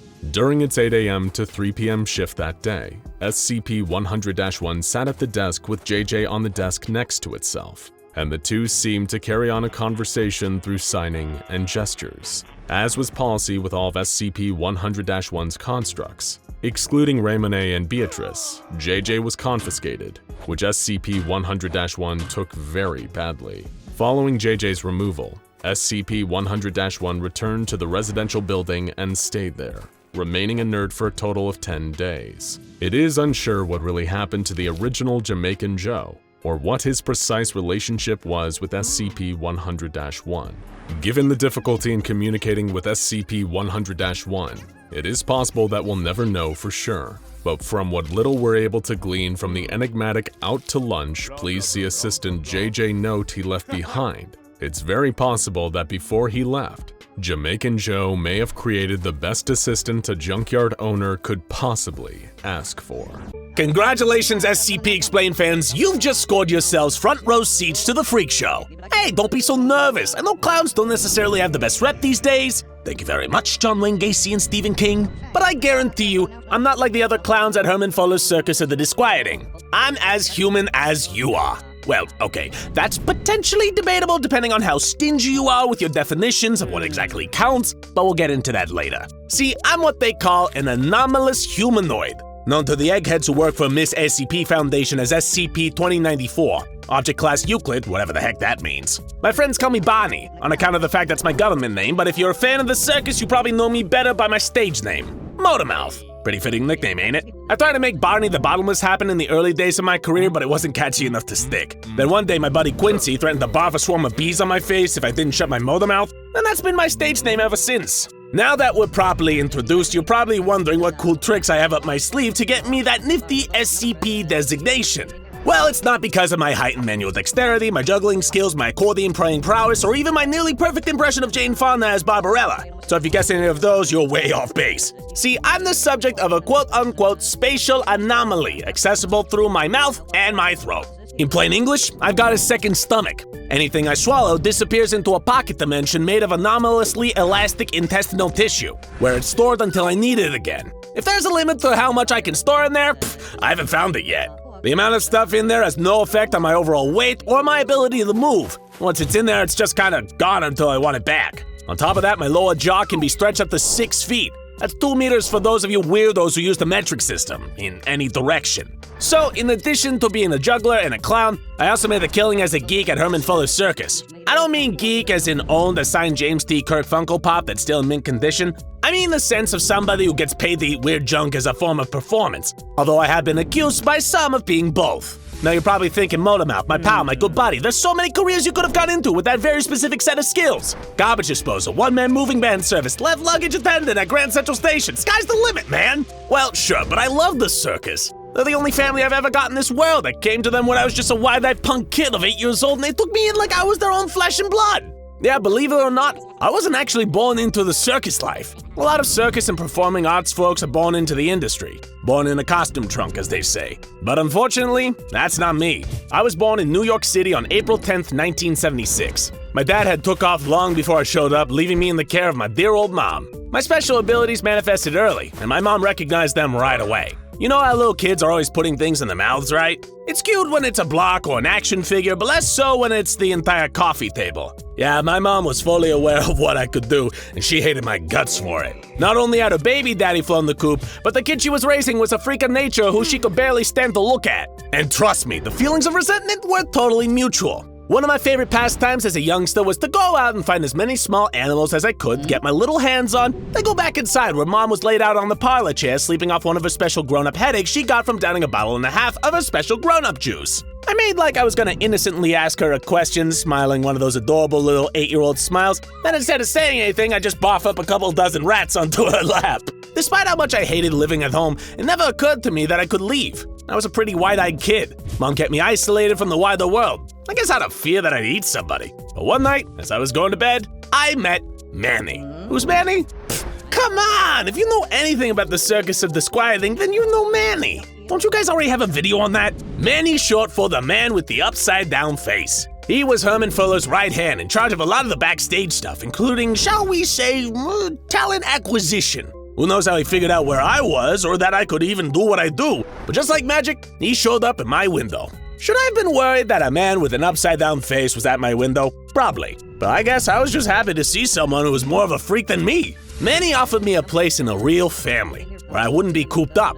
He said that freaks belonged out in the world, sharing their talents, making people laugh and cry and puke all over the place. I didn't hesitate. I took him up on his offer. Mommy Dearest was so deep in the drink that she didn't even notice I left. And that was that. From that day forward, I was a member of Herman Fuller's family. I never looked back, not even once. Now, it may also surprise you to know that I wasn't always the picture of confidence I am today. My first job with the circus was as the human clown car. As a kid, I didn't have a lot of stage presence, and I didn't talk much, so the natural thing to do was to send me out to the ring and let the clown troupe come marching out of my mouth, to the surprise and delight of the audience. I learned juggling from a guy named Scythe. He was a human pincushion, but like most of us at Herman Fuller, his abilities were way beyond what you'd see at any common or garden circus. Scythe was incredible at what he did. You could stick a shiv in every square inch of this guy, and he'd never bat an eye. Total jerk though, and awful with kids, so how he got the job of training me in the ways of the juggler is totally beyond me. If I so much as talked out of turn, he'd beam me in the head with a juggling pin. Not hard, just enough to hurt. I know, that sounds bad, but at least it toughened me up. I think Scythe was jealous of me in hindsight. I was a natural, and I think he saw me as, some kind of threat. Scythe eventually died and the fire stunt gone wrong. I held a funeral for him, but I was busy that day. Clowning I learned from a guy called Scruffy McGrubbins. Good old Scruffy. He had all the grace and countenance of a chain-smoking grizzly bear, and he was worth more than all the grandmothers I never had. He never talked to me like I was stupid, the way most people talk to kids. Scruffy took me seriously, and he imparted unto me all the knowledge he'd picked up in his years in the circus trade. He was a very wise man as clowns go. He never minced words, never messed around with small talk. He just jumped straight into a conversation and expected you to catch up.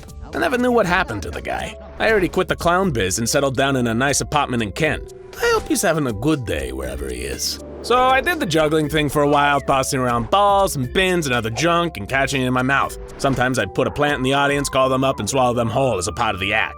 Eventually, I started working on a double act with another freak by the name of Theo. See, Theo could flip himself inside out, but he was also a pretty skilled acrobat. So he'd do a high dive jump over the audience, pull his insides outside, then aim himself down my gullet. It was a pretty great act, if I do say so myself. Theo and I even dated for a while. What can I say? I find guys just as fun to swallow as gals. But after he and I broke it off, I decided I needed to change up my act. That's when it hit me. Motor mouth. Picture this. Here's me, an assistant on either side, ready to pull my mouth open. Then a Chrysler comes barreling into a big top, hits a ramp, drives right into my mouth, into my second stomach. It was a dangerous act, a magic sure, but not immune to being run over. But it was the best act I ever came up with. I could tell you some stories about my time with the circus. There was this one time my tapeworm started talking to me. The time I was involved in overthrowing Herman Fuller himself and installing Icky as a new ringmaster. The time I hooked up with one of the non-human capital C clowns. So this is a family-friendly channel, so maybe not that one. That's not what you want to hear though, is it? You'd rather hear about how I got myself captured and locked up by the Miss SCP Foundation. Alright, why not? I've already spilled the rest of my backstory. So Manny, you remember Manny from earlier, right? He saved a lot of kids like me, and when he did, he usually put me in charge of teaching them how to perform. But there was this one girl he brought in who broke down crying in the middle of one of our juggling lessons. She said she wanted to go home. And that's when I knew that Manny had graduated from saving runaways and abused kids like me to abducting kids with powers. Of course, I confronted him about it. I told him point blank that's not how we do things anymore. Herman hadn't been around for years at this point. We were better than that. He gave me some garbage about him doing what he had to do to keep the circus alive. Can you believe that? Even with everything we were doing, he still thought the circus was on the verge of collapse. So I took the girl home, stored her in my gut, and snuck her onto the kaleidoscope. That's the machine we used to move all the parts of the circus from place to place. The kid was back with her parents before dinner, but when I returned to the circus, Manny was furious. In hindsight, I think it nearly killed him to do it, but he said he had to make an example of me. So, he threw me in a box, locked it with chains, and painted the words 4SC on the top. I was left out in the field in Kamiferano, Japan like a wrapped present for Miss SCP. And that's how I ended up in containment.